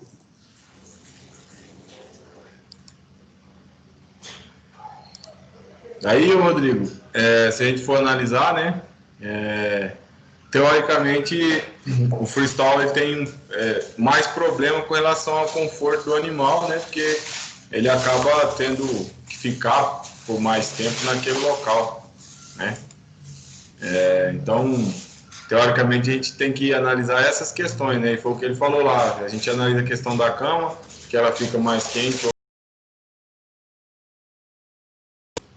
que ela fica com maior temperatura ou menor temperatura, que a areia, no caso, né, do freestyle, relacionada ao compost bar. E quando a gente pensa nisso, são questões de local onde a gente tem temperaturas maiores. Evidente que nós estamos falando especificamente voltado para gado leiteiro, e quando a gente fala isso, se a gente for parar para pensar, são regiões mais frias, né, que tem essas características de investimento para intensivo. Não quer dizer que não pode ter aqui no Mato Grosso, não pode ter na nossa região, mas tem que pensar nessa questão da temperatura. Motivos para confinar animais, né? Por que a gente confina? Porque a gente quer uniformizar a produção, né? Produzir durante o ano todo, de forma constante, né? Em função de pastagens limitadas aí, né, para a produção do leite, aí a gente faz esse confinamento, porque a gente tem principalmente no período seco, né, uma redução dessa produção de pastagem. Em relação ao clima, né, locais mais quentes, a gente faz esse confinamento e consegue favorecer os animais. Nas regiões frias também, das condições atuais, de melhores condições para desenvolvimento, né, e relação de área física limitada, ou seja, conseguir aproveitar melhor a sua área de produção, né. O que tem que analisar sempre é que nós temos riscos financeiros elevados, né? E, por exemplo, quanto mais investimento, mais risco você tem, e que, de fato, as questões de preço do leite, elas precisam estar estáveis, né? Se elas não estiverem estáveis, nós temos mais problemas, porque a estabilidade do preço é o que vai garantir que você vai ter retorno. Se você não tem estabilidade no preço, que é o que acontece muito no Brasil, essas questões aí, em função de mudar muito, a gente tem, os produtores, eles ficam com bastante medo, né? É imprevisível essas mudanças, é um problema com relação à produção do leite no país, né? É interessante para assimilar aqui, é importante destacar que não há um melhor sistema de criação. O ideal é aquele que atende às necessidades específicas do produtor. Então, é preciso analisar essas necessidades, tá? Considerando localização, área disponível, capital disponível, tamanho do rebanho e as perspectivas de aumentar ou não, né? De qualquer maneira, uma vez conhecidas essas condições, o planejamento é essencial, né? Porque, para quê? Para que a gente consiga ter essas instalações cumprindo função de garantir conforto animal, agilizando o trabalho, né? Trazendo rentabilidade para o produtor. Nesse sentido, há aplicativos que podem auxiliar o produtor no gerenciamento de fazendas. Um deles é o GIS-Leite, tá? Que é a gestão informatizada do sistema de produção de leite, né? Foi lançado pela Embrapa em 2017, que além de oferecer listas de intervenção, né, fornecendo informações de animais que devem ser inseminados, por exemplo, relatórios de rastreabilidade gerenciais, o aplicativo disponibiliza relatórios econômicos que incluem a análise do custo de produção. Então, eu tentei baixar o aplicativo no celular, não tive êxito, tá? Diz que ele foi programado para Android anterior ao meu aparelho, mas eu acho que tem uma forma de conseguir salvar o aplicativo no computador, tá? Se vocês quiserem dar uma pesquisada, acho interessante. Acha fácil o site, só não sei se acha fácil utilizar ele, se vai conseguir utilizar ele de maneira geral, tá? As instalações, para construir é necessário que o sistema de produção seja previamente definido, né? Dentre as construções e equipamentos, a gente precisa de curral de volumoso, curral de espera, áreas anexas aos currais, como seringa, lava-pés e pé-dilúvios, estábulo, né, contendo sala de ordenha, sala de leite, farmácia, banheiro, escritório, almoxarifado, plataforma para embarque do leite e o bezerreiro, né? Baias para touros, maternidade, local para tratamento de dejetos, silos para forragem, comedor, bebedouro e área de armazenamento de alimentos. Então, são instalações características, principalmente em sistemas intensivos, né? Sistemas mais extensivos, a gente não tem tanta característica voltada para essas questões, tá? Construção dos currais, área recomendada de 2 a 10 metros quadrados por vaca, né? De acordo com o tempo que o animal vai permanecer preso. Pode ser de concreto ou calçado, evidente que não é um curral desse aqui, tá? Que isso aqui é curral de manejo, tá? O curral que a gente fala das vacas de ordenha é um curral onde elas vão esperar para serem ordenhadas, né? Vai depender do tipo de sistema também, nós acabamos de ver vários sistemas diferentes, né? Suas divisórias podem usar diversos materiais, como madeira, cimento, eucalipto tratado, cordoalho de aço. Então, pode ser um curral de manejo disso aqui, pode ser um curral de manutenção, de contenção, só para, nesse caso, o curral de contenção é esse aqui, né? Mas pode ser um curral só para espera, para aguardar a ordenha, né? Seria o curral de espera de fato, né? Aí, nesse caso, as vacas vão esperar o momento de ser ordenhadas, né? Não deve ficar nele por mais de 2 horas, né? A área mínima é de 2,50 m por animal, metro quadrado, né? 2,5 metros quadrados por animal. O piso deve ser cimentado e ter um declive aí de menor que 2%, não menor que 2%, então, para não reter água, para essa água conseguir ser drenada, né? Característica do curral de espera. A seringa é uma divisória existente no curral que facilita a condução do gado, tá? A seringa seria essa estrutura aqui, tá? Vai afunilando aqui os animais para o brete, para serem vacinados, fazer qualquer tipo de manutenção, de utilização para tentar auxiliar esse animal, né? Os lava-pés são usados na entrada da sala de ordenha e servem para fazer limpeza dos cascos. Nesse caso seria isso aqui, o lava-pé, tá? Só para limpar o casco mesmo, para entrar na sala com maior qualidade, favorecer a característica da sala com relação à higiene. E os pé-dilúvios, que são usados para o tratamento de lesões, que nesse caso são aqui, geralmente soluções com cobre, enxofre, enfim, para tentar tratar principalmente lesões, tá? São características a serem analisadas. A ordenha, ela pode ser manual e mecânica, tá? A ordenha manual, a instalação é simples, um galpão, um piquete ou um curral, né? Um galpão para você guardar as coisas, colocar e tal, fazer tanque resfriador, no caso do atual, né? E um piquete ou um curral para que a gente consiga prender esses animais e ordenhá-los, né? A ordenha mecânica é necessária a construção de um ambiente especial, né? Sala de ordenha, qual pode ser de vários tipos: balde ao pé, espinha de peixe, tipo tandem, né, que é fila indiana, ou lado a lado, tá? Caracterizando essa ordenha aí, ok? E aí, se a gente for analisar da esquerda para a direita, né, e de cima para baixo, então nós temos ordenha do tipo balde ao pé, tá? Onde o balde fica aqui, você coloca as teteiras e já vai abastecer o balde aqui, tá? Ordenha do tipo espinha de peixe aqui, ó, que tem um fosso, né, e aí você coloca as teteiras, todos os equipamentos ficam aqui dentro, aqui é uma escada, né? Ordenha do tipo lado a lado, tá? E ordenha do tipo tandem com bezerreiro ao pé, com bezerro ao pé, que seria, na verdade, ordenha tipo lado a lado, tá aqui, e ordenha do tipo tandem, tá? Com bezerro ao pé, tá? Então, também é pelo fosso, né? E a gente consegue aí colocar CTs e fazer a ordenha desses animais, né? Então, da esquerda para a direita, né, e de cima para baixo, ordenha tipo balde ao pé, ordenha do tipo espinha de peixe, né?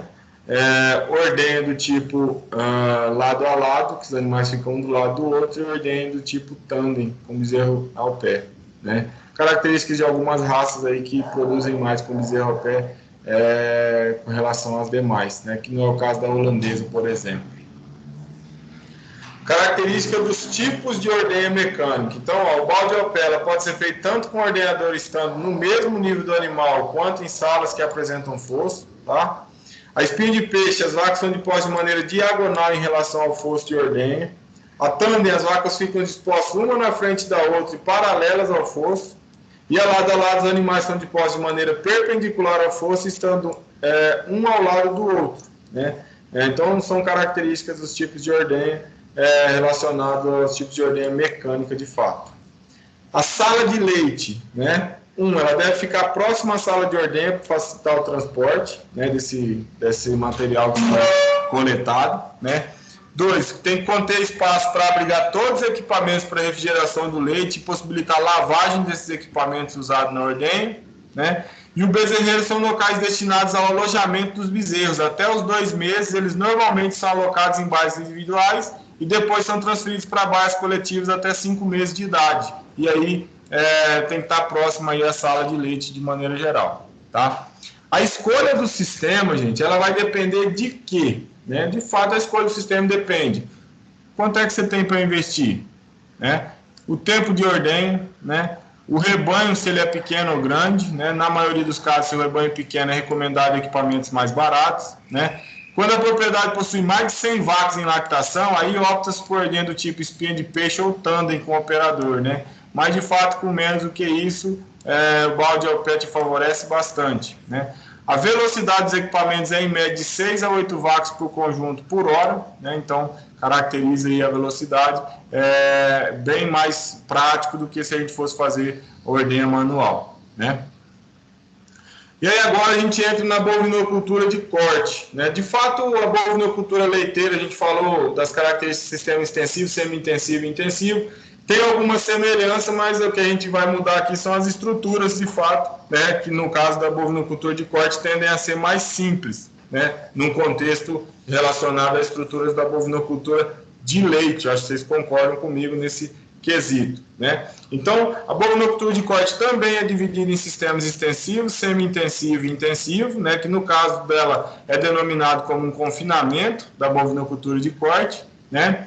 O sistema extensivo, a alimentação também é base de pastagem que seja nativa ou cultivada, com suplementação mineral para suprir a defasagem de nutrientes encontrados nas pastagens, né? Então, supre-se com mineral, não coloque-se algum mineral no corpo para esse animal se suprir, né?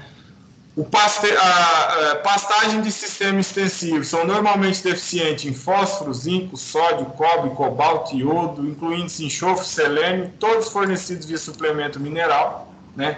Representa em torno de 80% dos sistemas produtivos da carne bovina brasileira, né? Desenvolvendo atividades de cria, engorda e apresenta uma alta variação no desempenho, né? Então, em função dessas características de ser sistema extensivo, ou seja, não tem um controle, um manejo mais eficiente da atividade para conseguir manter esses animais aí produzindo com essas características. E vejam vocês aí as deficiências que ela tem nutricionalmente. Então, é interessante analisar isso para que melhore essas características de manejo, né? O sistema extensivo, integração lavoura-pecuária com a produção de grãos e atividade pecuária, e as técnicas como plantio direto vão maximizar as características do sistema extensivo. Então, certamente o sistema extensivo ao longo dos anos ele vai passar a ser trabalhado, vai deixar de ser extensivo em função da integração lavoura-pecuária e das técnicas como o plantio direto vão favorecer aí os sistemas extensivos a transformarem-se em sistemas mais produtivos, tá? Dentro desse contexto, a gente passa aí agora para um sistema semi-intensivo, né? A base da dieta ainda continua sendo as pastagens, tá? Mas no sistema semi-intensivo para gado de corte, ocorre suplementação em determinadas fases do ciclo produtivo. Por exemplo, durante o aleitamento, quando os animais estão na fase de engorda, dependendo da necessidade do sistema de produção. Um exemplo para esse sistema intensivo seria o creep feeding, né, que eu acho que vocês devem conhecer, né, onde realiza-se a alimentação dos bezerros no pasto a partir de 60 dias. O livro de vocês coloca assim, mas existem algumas literaturas que falam por menos tempo e ficam por mais ou iniciam depois, né, por meio da construção de uma instalação que só permite a passagem de bezerro e não da vaca. Então, faz o coxo, né, e coloca uma estrutura aqui para não favorecer a passagem do animal, né, do animal maior aqui. Geralmente as pessoas colocam um material aqui de madeira ou colocam aqui cordoalho ou arame, né, 3 fios de arame aqui superior aqui, da parte superior, 1 metro, 1,5 metro de altura isso aqui, geralmente para favorecer que os animais consigam entrar aqui e as vacas não consigam, assim como os touros, né. Aqui vai ser fornecido uma nutrição diferenciada para que esses bezerros alcancem um peso e um período que consigam ser desmamados com pesos maiores, né, e desmamados com tempo menor. Isso favorece a questão do ganho em relação a esses animais. Certamente você vai ter um lote com potencial de lucratividade maior relacionado a esses bezerros, tá? Tendo em vista isso, é interessante analisar a questão da necessidade nutricional do bezerro, né? Olha só, quando eles têm 1 mês, 2 meses, 3 meses, olha a quantidade que vai ser suprida, tá? Em relação ao leite, com relação à alimentação. Então, se você for parar para analisar ao longo do tempo, ó, ele vai passando, o animal vai passando aí com 6 meses, o leite ele vai suprir só 27% da quantidade da necessidade nutricional do bezerro. Então, é evidente que se a gente trabalhar numa questão de creep feeding ou trabalhar nessa questão e atuando com uma suplementação para esses bezerros, é evidente que ele vai chegar no período de desmame com uma característica de peso maior, né, e ele pode até ser desmamado antes, né, e isso favorece uma questão de lucratividade e rentabilidade da atividade. Outra característica aí de um sistema semi-intensivo seria sal proteico, né, que a redução reduzir as perdas de peso, né, e assegurar a mantença ou permitir leves ganhos de peso. O uso do sal proteico, também denominado como proteinado, né, ou mistura múltipla, caracteriza pela baixa oferta diária, né, 1 grama por quilo de peso vivo, já que ele não visa atender diretamente demandas proteicas do bovino. A intenção do sal proteico é a deficiência de nitrogênio para as bactérias ruminais. Então, os bovinos eles possuem essa capacidade de usar no processo da síntese proteica não só o nitrogênio de fontes naturais, né, mas também nitrogênio proveniente de fontes não proteicas como a ureia. Nesse caso são fornecidas misturas contendo nitrogênio inorgânico, né, que é a ureia associado como fontes de proteínas vegetais, e esses suplementos são utilizados tanto no período de chuva quanto de seca. Isso vai favorecer ganho de peso dos animais. Então é uma característica do sistema intensivo também. Então isso é interessante utilizar essa caracterização aí tanto de sal proteico, né, quanto do creep feeding, né, na utilização dos bovinos, uma vez que fazendo esse manejo aí de creep feeding e de proteinado, usando proteinado aí para favorecer o ganho de peso desses animais, nós vamos conseguir tirar animais mais cedo, né, ou desmamar animais mais cedo com um peso maior, e isso favorece a rentabilidade da atividade, tá? É bem interessante essa questão aí dos sistemas semi-intensivos, né? E agora no sistema intensivo, de fato a gente chama no país e no mundo de confinamento, né? Que nada mais é do que confinar os animais totalmente, né? Nesse caso a gente usa uma alta proporção de concentrado na dieta em relação aos volumosos, né?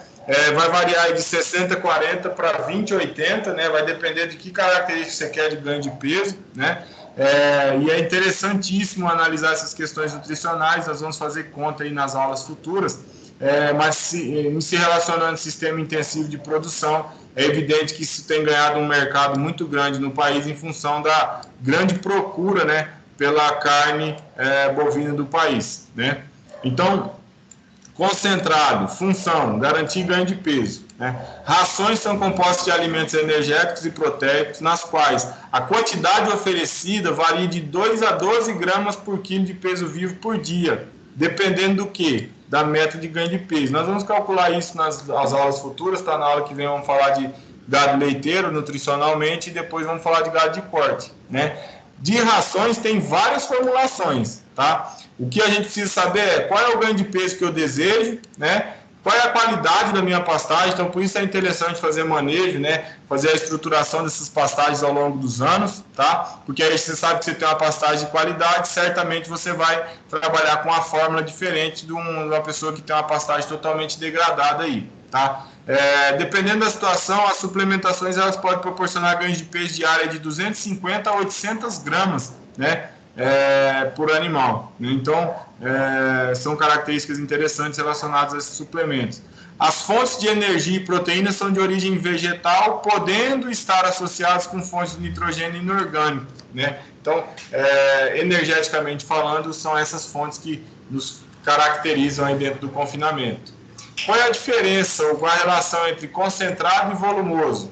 Alimentos volumosos, gente, eles têm fibra bruta superior a 18%, tá? Na matéria seca. Então, os capins, a silagem, os fenos, as palhadas, de fato, são alimentos volumosos, tá?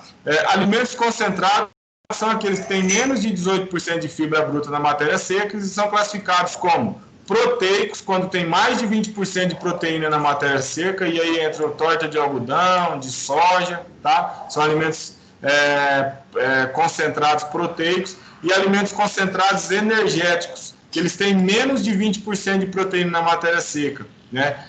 Que aí entra o milho, o triguilho, o farelo de arroz, que são extremamente utilizados aí no contexto de produção na bovinocultura, de maneira geral, e dentro do confinamento. Então, é interessante analisar essas características para tentar favorecer e garantir aí o ganho de peso dos animais. Como nós não vamos falar de nutrição agora, nós vamos especificar características aí de cada um desses concentrados e volumosos. Mas nós precisamos entender que cada um deles tem suas características, inclusive qualidade, tá? Eu visitei uma propriedade de confinamento esses dias e o produtor estava me falando sobre a questão da qualidade do caroço de algodão, né? Em função da umidade, em função do armazenamento. Então o caroço de algodão ele tem que estar quebradiço, dentro ele tem que estar num estágio farináceo para estar num potencial de ser fornecido para os animais. Então essa formulação de ração e a qualidade desse caroço e desses volumosos ou desses concentrados que estão sendo adquiridos, ela tem que ser de alto padrão, uma vez que a qualidade desse alimento ela pode desfavorecer também o ganho de peso dos animais, tá? Então, são essas características que precisam ser analisadas, tá? As fases de criação dentro da produção de bovinos de corte, e aí entram a cria, a recria e a engorda, tá? Evidente que essas fases de criação vão depender de qual é o objetivo da produção, né, o objetivo da atividade que o produtor está trabalhando, tá? A cria, ela compreende do nascimento até a desmama do bezerro, né, onde ele atinge aí um peso entre 150 e 180 quilos, que corresponde a 25% a 30% do seu peso de abate. Então, é uma característica interessante de ser analisada, se você vai trabalhar só com cria, se você vai trabalhar com cria e recria, ou se a sua atividade é cria, recria e engorda, tá? Isso é interessante porque, baseado nisso, você vai ter diferentes características nutricionais, utilização de creep feeding ou não, pode ser feito também, tá? Então, não desabona o sistema em função das características aí do sistema. Então, a gente falou sobre os 3 tipos de manejo extensivo, sistemas, né, de fato, de criação dos animais, que extensivo, semi-intensivo e intensivo, e agora estamos falando das características aí das fases de criação, né? A recria, de fato, do desmame até 1 ou 2 anos de idade, né, que é o momento onde vai completar, né, o desenvolvimento ósseo dos bezerros, né? Para as fêmeas, essa fase termina quando ela atinge a puberdade. Então, o macho, seu término está associado ao início da engorda dos animais, né? Evidentemente, quando a gente está tratando de machos aí para engorda e terminação, tá? Então, de fato, a recria aí vai nesse período aí de 1 a 2 anos de idade para esses animais, tá? E a engorda é a fase que vai possibilitar o maior ganho de peso diário desses animais, né? Esse peso e o tempo que ele é atingido varia de acordo com as características raciais. O que a gente tem visto aí dos confinamentos, em média, em 90, 95, 100, 110 dias aí para produzir, tá? O que vai depender muito é do seu lote, da raça, da característica genética, do tipo de alimentação, do seu planejamento para ganho de peso desses animais. Isso vai influenciar com relação aos animais de uma maneira geral, tá? Então, as fases de criação, cria, recria e engorda, cada uma com as suas características, né? As propriedades onde fazem os 3 tipos, certamente tem fazer um manejo muito maior, até em função dessas características, em função de manejo para cria, manejo desses bezerros, manejo para recria, separação desses animais em lotes, caracterização desses lotes, alimentação, e a engorda também envolve essas questões. Então, separação desses animais para engorda, levando eles até o abate, tá? É uma caracterização interessante. Eu quero que vocês respondam para a próxima aula esse questionamento aqui, ó. Qual seria o peso ideal para o abate de um bovino para a produção de carne? Tá? Qual seria o peso ideal? Isso é um questionamento interessante de se fazer, um questionamento interessante. Tem alguns artigos que falam sobre essas características. É interessante vocês darem uma pesquisada, tá? A gente comenta um pouco sobre isso na hora que vem, ok? Oi. Mas esse bovino aí, tipo, tem raça específica aí ou no contexto geral? No contexto geral, né? Você está trabalhando com Aberdeen, você está trabalhando com Nelore, qual seria o peso ideal para ele ser abatido? 16 arrobas, 18, 14, 18, 15, 19? Se passa de 25, tem algum problema? Se passa de 23, tem algum problema? Pensando em relação à quantidade de carcaça, né? Vamos considerar aí 50%, né? De carcaça aí, mas vamos colocar aí, lembrando que nós podemos falar de um contexto de peso relacionado a preço, né? Se a gente tem um bovino muito pesado, reduz o preço, vai pagar preço de vaca, quais são essas características? Pensando também na característica de mercado, tá? De valor. Por isso que eu trouxe esse questionamento para vocês, para a gente entender essa questão aí. Porque, de fato, a gente faz o confinamento, mas o produto final é o que vai fazer a gente ganhar dinheiro, né? E aí, quando a gente chega no produto final, às vezes a gente tem um animal lá extremamente pesado, mas o rendimento de carcaça desse animal não é bom. Então, 60% talvez daquilo não é peso em carne, né? Peso em víscera, por exemplo, né? Então, não é tão eficiente assim a nossa produção. Então, tem que pensar nisso também. Isso é uma característica genética, né, que é importante ser utilizado. Tem que pensar nessas questões aí, que se passar do dia de abater, a gente está gastando mais com alimentação, isso é custo, né? Então, por isso eu fiz esse questionamento. Beleza? Beleza, Jean? Show de bola. Os sistemas de confinamento que nós temos. Então, dos animais lá de leite, a gente falou dos sistemas de confinamento, né? Do freestall, das características do sistema de freestall, do till, stall, enfim, falou dos sistemas e tentou entender como é que funciona cada um, né? Aqui nós temos 3 tipos específicos, tá? Na maior das hipóteses, na melhor das hipóteses, nós teríamos 2 sistemas de confinamento de fato. O confinamento a céu aberto, né, onde a gente tem curraletes que devem abrigar no máximo de 50 a 100 animais, né, com a área disponível aí de 9 a 12 metros quadrados por cabeça, mas tem alguns pesquisadores que falam em torno de 8 a 20, tá? Comedouros para os volumosos de meio metro a 70 centímetros lineares por cabeça, coxo para sal, melaço ou ureia e bebedouros, né? Na maioria dos casos, alguns pesquisadores falam que esse coxo para sal deveria ser um coxo coberto, mas na maioria dos confinamentos não é, né? Não se faz esse tipo de utilização, tá? Mas alguns pesquisadores determinam isso, tá?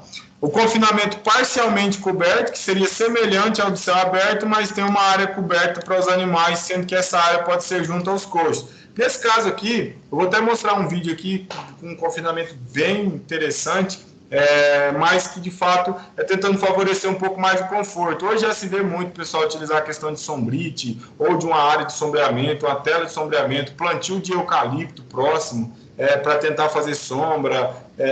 Isso tem favorecido o ganho de peso dos animais e a qualidade e o bem-estar dos animais. Então, são características aí dos sistemas. Por isso eu coloquei, né, no livro de vocês traz só de confinamento céu aberto e o sistema de galpão fechado, mas de fato coloquei esse parcialmente coberto porque está sendo bem utilizado no país hoje, tá? E o confinamento de galpão fechado é uma área de 3 a 5 metros quadrados por animal, né? Comedouro aí varia de 70 a 1 metro por cabeça, né? Então um comedor um pouquinho maior aí, a relação espaço por cabeça, né? Coxo para sal mineral e bebedouro, tá? No galpão fechado os animais vão ficar totalmente fechados ali no galpão só para produção de fato de engorda e ganho de peso, tá? Aí eu trouxe aqui de novo os vídeos para vocês, deixa eu compartilhar aqui de novo, deixa eu abrir o primeiro aqui, compartilhar com vocês.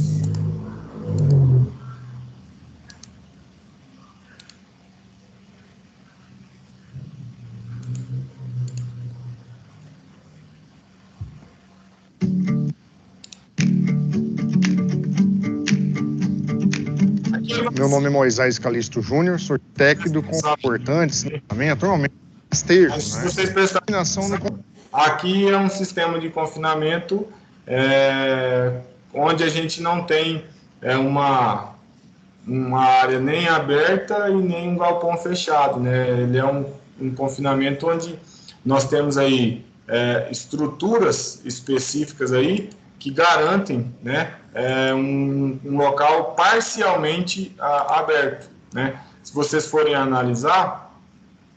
Confinamento. Umas dietas, zootecnicamente, essas dietas são... um sistema. Então, vocês percebem que tem um local coberto, né? Você tem aí os curraletes, né, onde tem o número de animais específico por curralete. Percebo vocês aqui a presença das porteiras, né? Os comedores certamente vão ficar nessa região aqui onde a gente tem o telhado, né? E isso aqui traz um conforto e uma característica para esses animais conseguirem se alimentar. Acho extremamente válido visualizar isso. Muito de adaptação e posteriormente, muito pouco, aproximadamente 85-90% de concentração. Uma melhoria na conversão alimentar. Dos animais, tá? Mas eu vou deixar o vídeo aí para vocês assistirem. Particularmente de alguns cuidados de dieta, tipo de aditivo específicas de empresa, tá? Então, de fato, o vídeo era mais para mostrar a estrutura.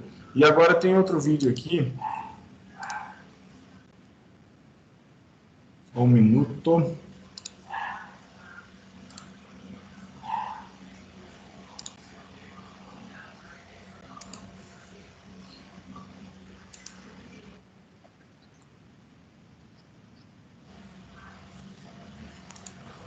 Isso aqui eu achei um vídeo interessante, pessoal, porque fala das nossas regiões. Deixa eu só ver um negócio aqui. Vocês estão conseguindo escutar o áudio do vídeo aí? Não. Agora não, né? Espera aí.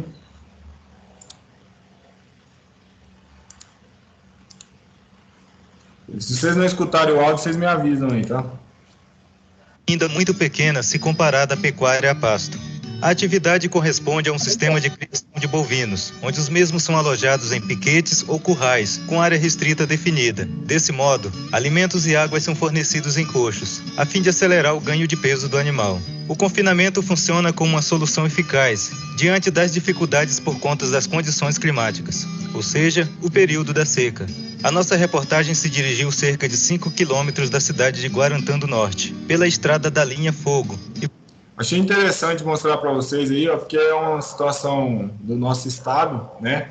E eles falam sobre a utilização de grão inteiro de milho, né? Já conversei com alguns colegas, é evidente que precisa ter alguns aditivos para tentar, para o animal conseguir metabolizar esse grão inteiro do milho, mas é extremamente interessante o formato, tá? Eu vou dar um adiantado, porque tem algumas partes que ele fala umas coisas... E por volumoso gordo ano. Então ele fica capim de corte. Então, eu conversando com ele, eu disse ele da ideia da gente implantar esse projeto aqui. E quando eu falei dos números, ele não acreditou, né? Ele dizia que aqui numa propriedade de 40 hectares, a gente conseguia tirar 4 mil boi gordo ano. Então, ele ficou meio estupefato assim inicialmente, mas graças a Deus acreditou e aceitou a gente fazer esse projeto. Então, através da Empaer, eu fiz o projeto, elaborei esse projeto.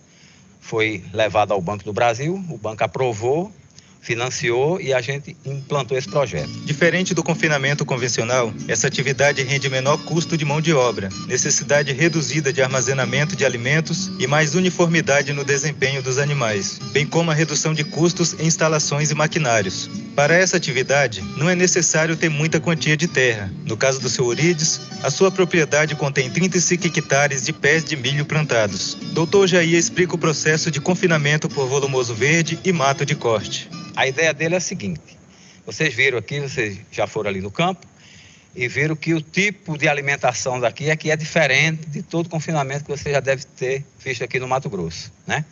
É que aqui nós usamos o volumoso verde. A gente tem aqui o milho verde e vai ter o capim de corte. É aquela área lá da irrigação, né? Nós vamos implantar agora o capim de corte e aí quando passar o período chuvoso, aí a gente começa a irrigar o capim, certo? E o milho verde também. À medida que a gente for fornecendo ele aos animais, a gente vai fazendo a área, retirando ele e implantando novo plantio. Aí, durante a seca, tem que ser irrigado. Então, aqui nós vamos ter verde o ano inteiro. E isso possibilita com que a gente possa ter essa quantidade de animais em cima de uma área pequena. Para vocês terem uma ideia, o milho verde, ele chega a dar em torno de 35 a 40 toneladas de massa verde por hectare, né? Como o milho, a gente tem um ciclo dele de 90 a 100 dias, nós começamos a cortar ele em torno de 80 dias e vai até os 100 dias. Então, em média, cada 90 dias, a gente faz um ciclo de milho. Como a gente faz 4 ciclos por ano, e ele vai dar em torno de 35 a 40 toneladas de massa verde, a gente vai ter de 140 a 160 toneladas de massa verde por hectare de milho implantado. E o capim de corte ainda é muito mais do que o milho. O capim de corte, ele é perene, a gente só planta ele uma vez, e depois ele dá corte a cada 45 a 60 dias. Então, nós vamos usar todo o esterco do confinamento, usar tanto no plantio de capim de corte quanto no milho verde.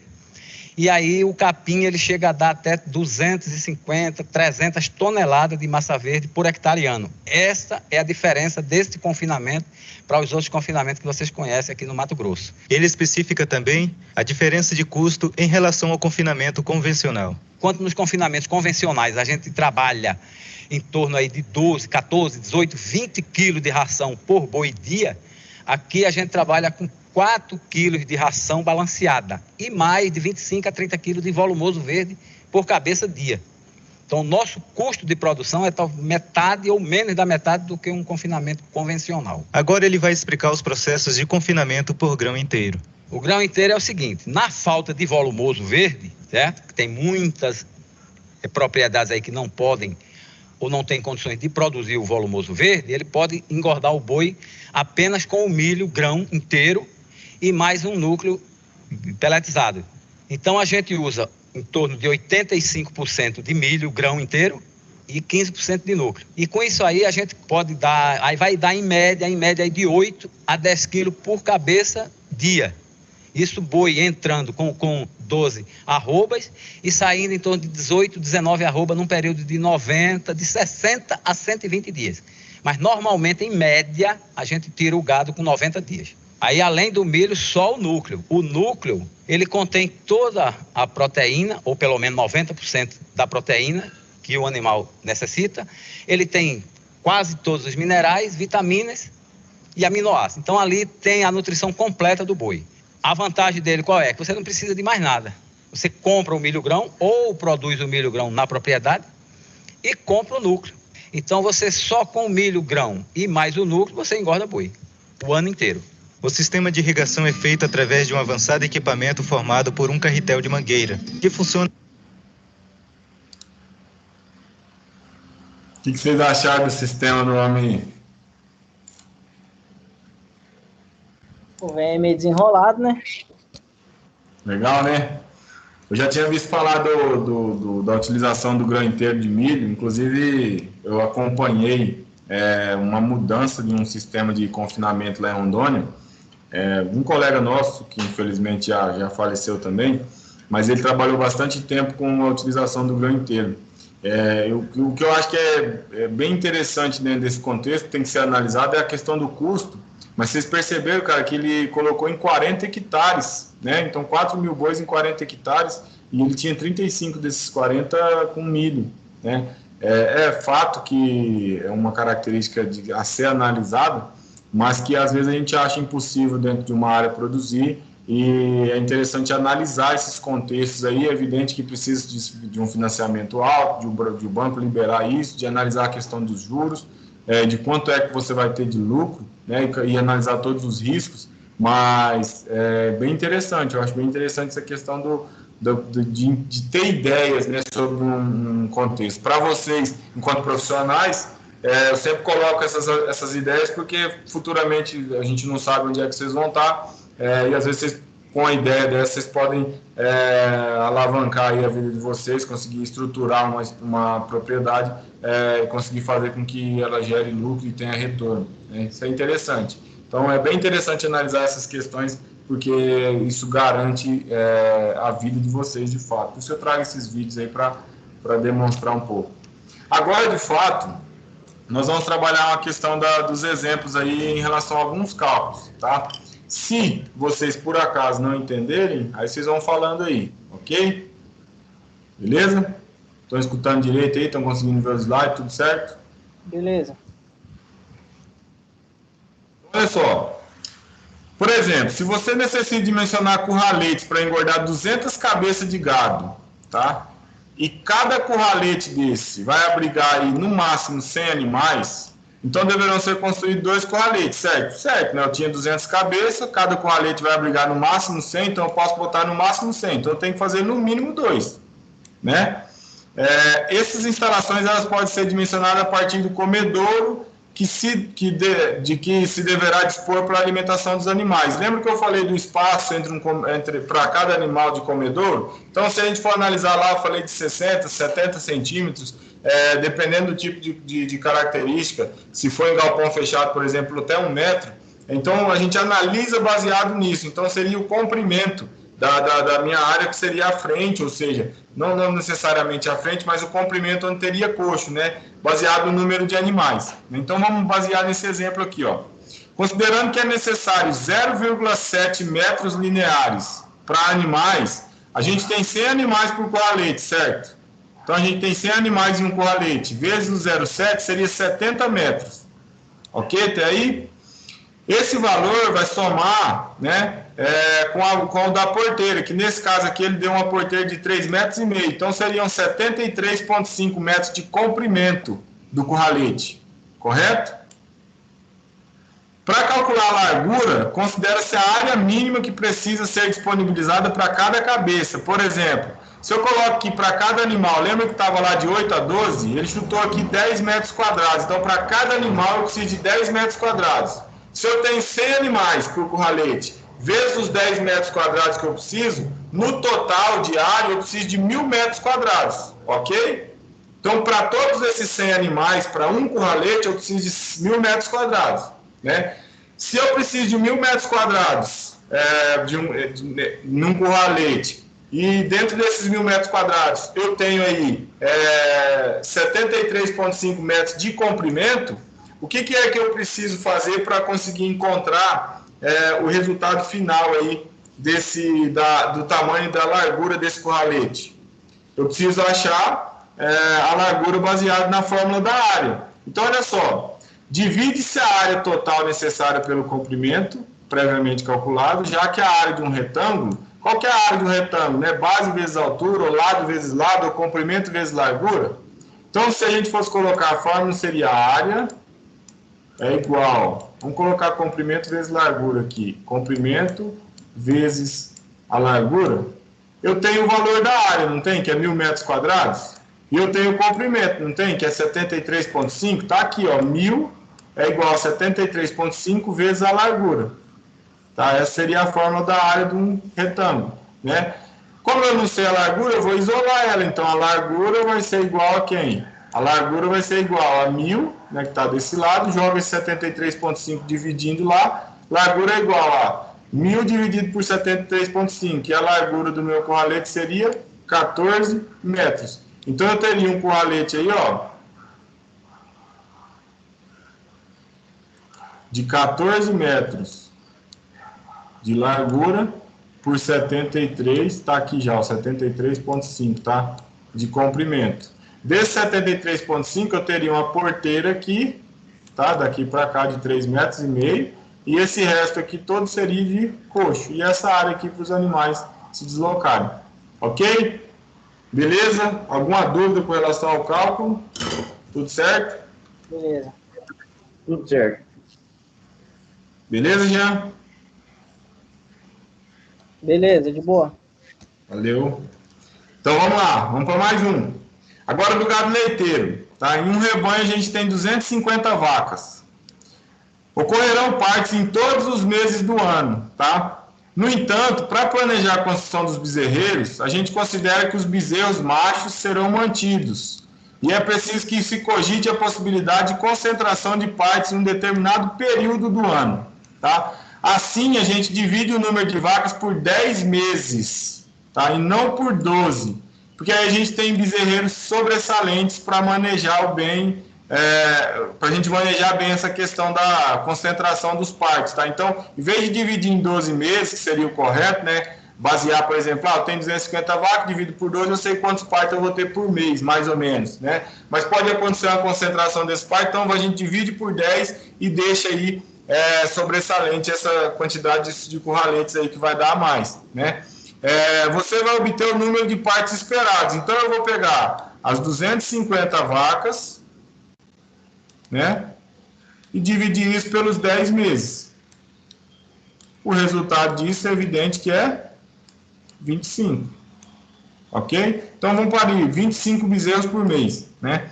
Para dimensionar um bezerreiro, considera-se que eles vão passar parte do tempo em baias individuais, seriam 2 meses, e outra parte em baias coletivas, que são mais 3 meses. Então, por exemplo, nas baias coletivas, alojam-se 8 bezerros em média. Então, sendo assim, ó, as baias individuais, eu tenho 25, né, bezerros, vezes os 2 meses, então seriam 50, né? Sendo que 25 é o número de animais e 2 é o tempo que passarão nas baias individuais em meses, né? Então, 25 vezes os 2 meses, eu tenho que ter 50 baias individuais, tá? E as baias coletivas, né? Então, eu tenho 25 vezes 3 seriam 75 baias coletivas. Só que como elas são coletivas, eu vou colocar quantos animais aqui? Não vou colocar 8 em cada baia? Então, 75 dividido por 8, 9,37. Como é ponto 37, ele colocou para baixo. Tá? Se fosse acima de 50, né, vírgula 50 e alguma coisa, ele colocaria para cima e seriam 10 baias nesse caso aqui. Tá? Então, devem ser garantidos no mínimo 2 metros quadrados por bezerro. Então, 9 baias vezes 2 metros quadrados, 18 metros quadrados. Né? O comedouro deve possuir meio metro linear por bezerro. Então, veja só, se ele possui meio metro linear por bezerro, e eu coloco 8 bezerros dentro de cada baia, eu teria que ter 4 metros de comedouro. Né? Assim, a baia vai ter 4 metros de comprimento, certo? Então, se são 4 metros de comprimento, né, e a baia ela também continua sendo retangular, eu tenho a área da baia, não tem? Que é 18 metros quadrados? A mesma conta, então, a área é igual a comprimento vezes a largura, certo? Se eu tenho 18, né, vai acompanhando aí para vocês traduzir. E eu tenho um comprimento aí baseado no coxo de 4 vezes a largura que eu não sei, a largura é igual, tá, a 18 dividido por 4. Né? Então, a largura dessa baia seria 4 metros e meio, né? Então, dessa forma, a instalação vai possuir 4 metros de comprimento por 4,5 de largura, totalizando 18 metros quadrados, isso para as baias coletivas, correto? Né? Então, são características específicas, né? Interessantes de serem analisados. Entenderam o cálculo aí, tudo certinho? Positivo. Positivo? Positivo. Sim. Beleza? Eu vou deixar disponível já para vocês esses slides aqui, eu vou tentar sair da aula agora, já na hora que a gente terminar, e já deixar disponível os slides lá para vocês acompanhar. E aí, para a aula da semana que vem, vocês tragam isso aqui, além daquele peso lá do animal para o abate, eu quero que vocês resolvam esses dois aqui, ó. Necessita dimensionar curraletes para abrigar 500 cabeças, né? Leva em consideração que o máximo de animal por curralete é 100 animais, o espaço necessário é de 60 centímetros de coxo para cada animal, as porteiras têm 4 metros em cada curralete e a área mínima que precisa ser disponibilizada a cada cabeça é 15 metros quadrados, tá? Então, para vocês resolverem o tamanho dos curraletes aí para mim. E essa questão aqui é uma questão 3 do Faça Valer a Pena, tá? Que vai falar sobre a questão dos animais aí, ó. Os bezerreiros são os locais destinados ao alojamento dos bezerros. Até os 2 meses, eles normalmente são alocados em baias individuais.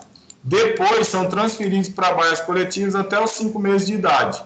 Suponha que você precisa construir bezerreiros individuais e coletivos para um rebanho que possui 70 vacas. Considerando que os bezerros ficam 2 meses em bezerreiros individuais e por cerca de 3 meses em baias coletivas, em média, com 8 animais, o número de baias individuais e coletivas necessárias é, respectivamente, qual que seria a resposta? São os 2 cálculos que a gente acabou de ver, tá? Para vocês trazerem de resposta aí. Mais uma vez, obrigado pela participação e se tiver alguma dúvida, eu estou à disposição. Ô, professor. Oi. Essa última atividade que você passou para nós aí, ela é para enviar no e-mail ou só para apresentar na próxima aula? Essa última você fala do peso? Não, fora do peso, essa que você mandou para dividir os curraletes de 500 bezerros, parece? Não, só trazer, só mandar no e-mail lá. É para mandar no seu e-mail? Sim, essa e essa número 3 aqui. Ah, beleza. Volta na 3 então para tirar uma foto também. Por favor. Tá aí o slide? Não, tá não, né? Tá não. Peraí, vou colocar de volta. Beleza? Aí, beleza. Positivo? Tranquilo, Jean? Tranquilo, Rodrigo? Alguma dúvida? Tranquilo. Pessoal, tranquilo. Beleza? Então, vou postar lá a aula agora. Eu já deixo disponível para vocês já conseguirem acessar ela e conseguir ver para tentar resolver isso aí. Qualquer dúvida, é só mandar uma mensagem aí, beleza? Beleza, Paulo. Obrigado. Valeu, abraço. Até semana que vem. Valeu. Boa noite. Até mais.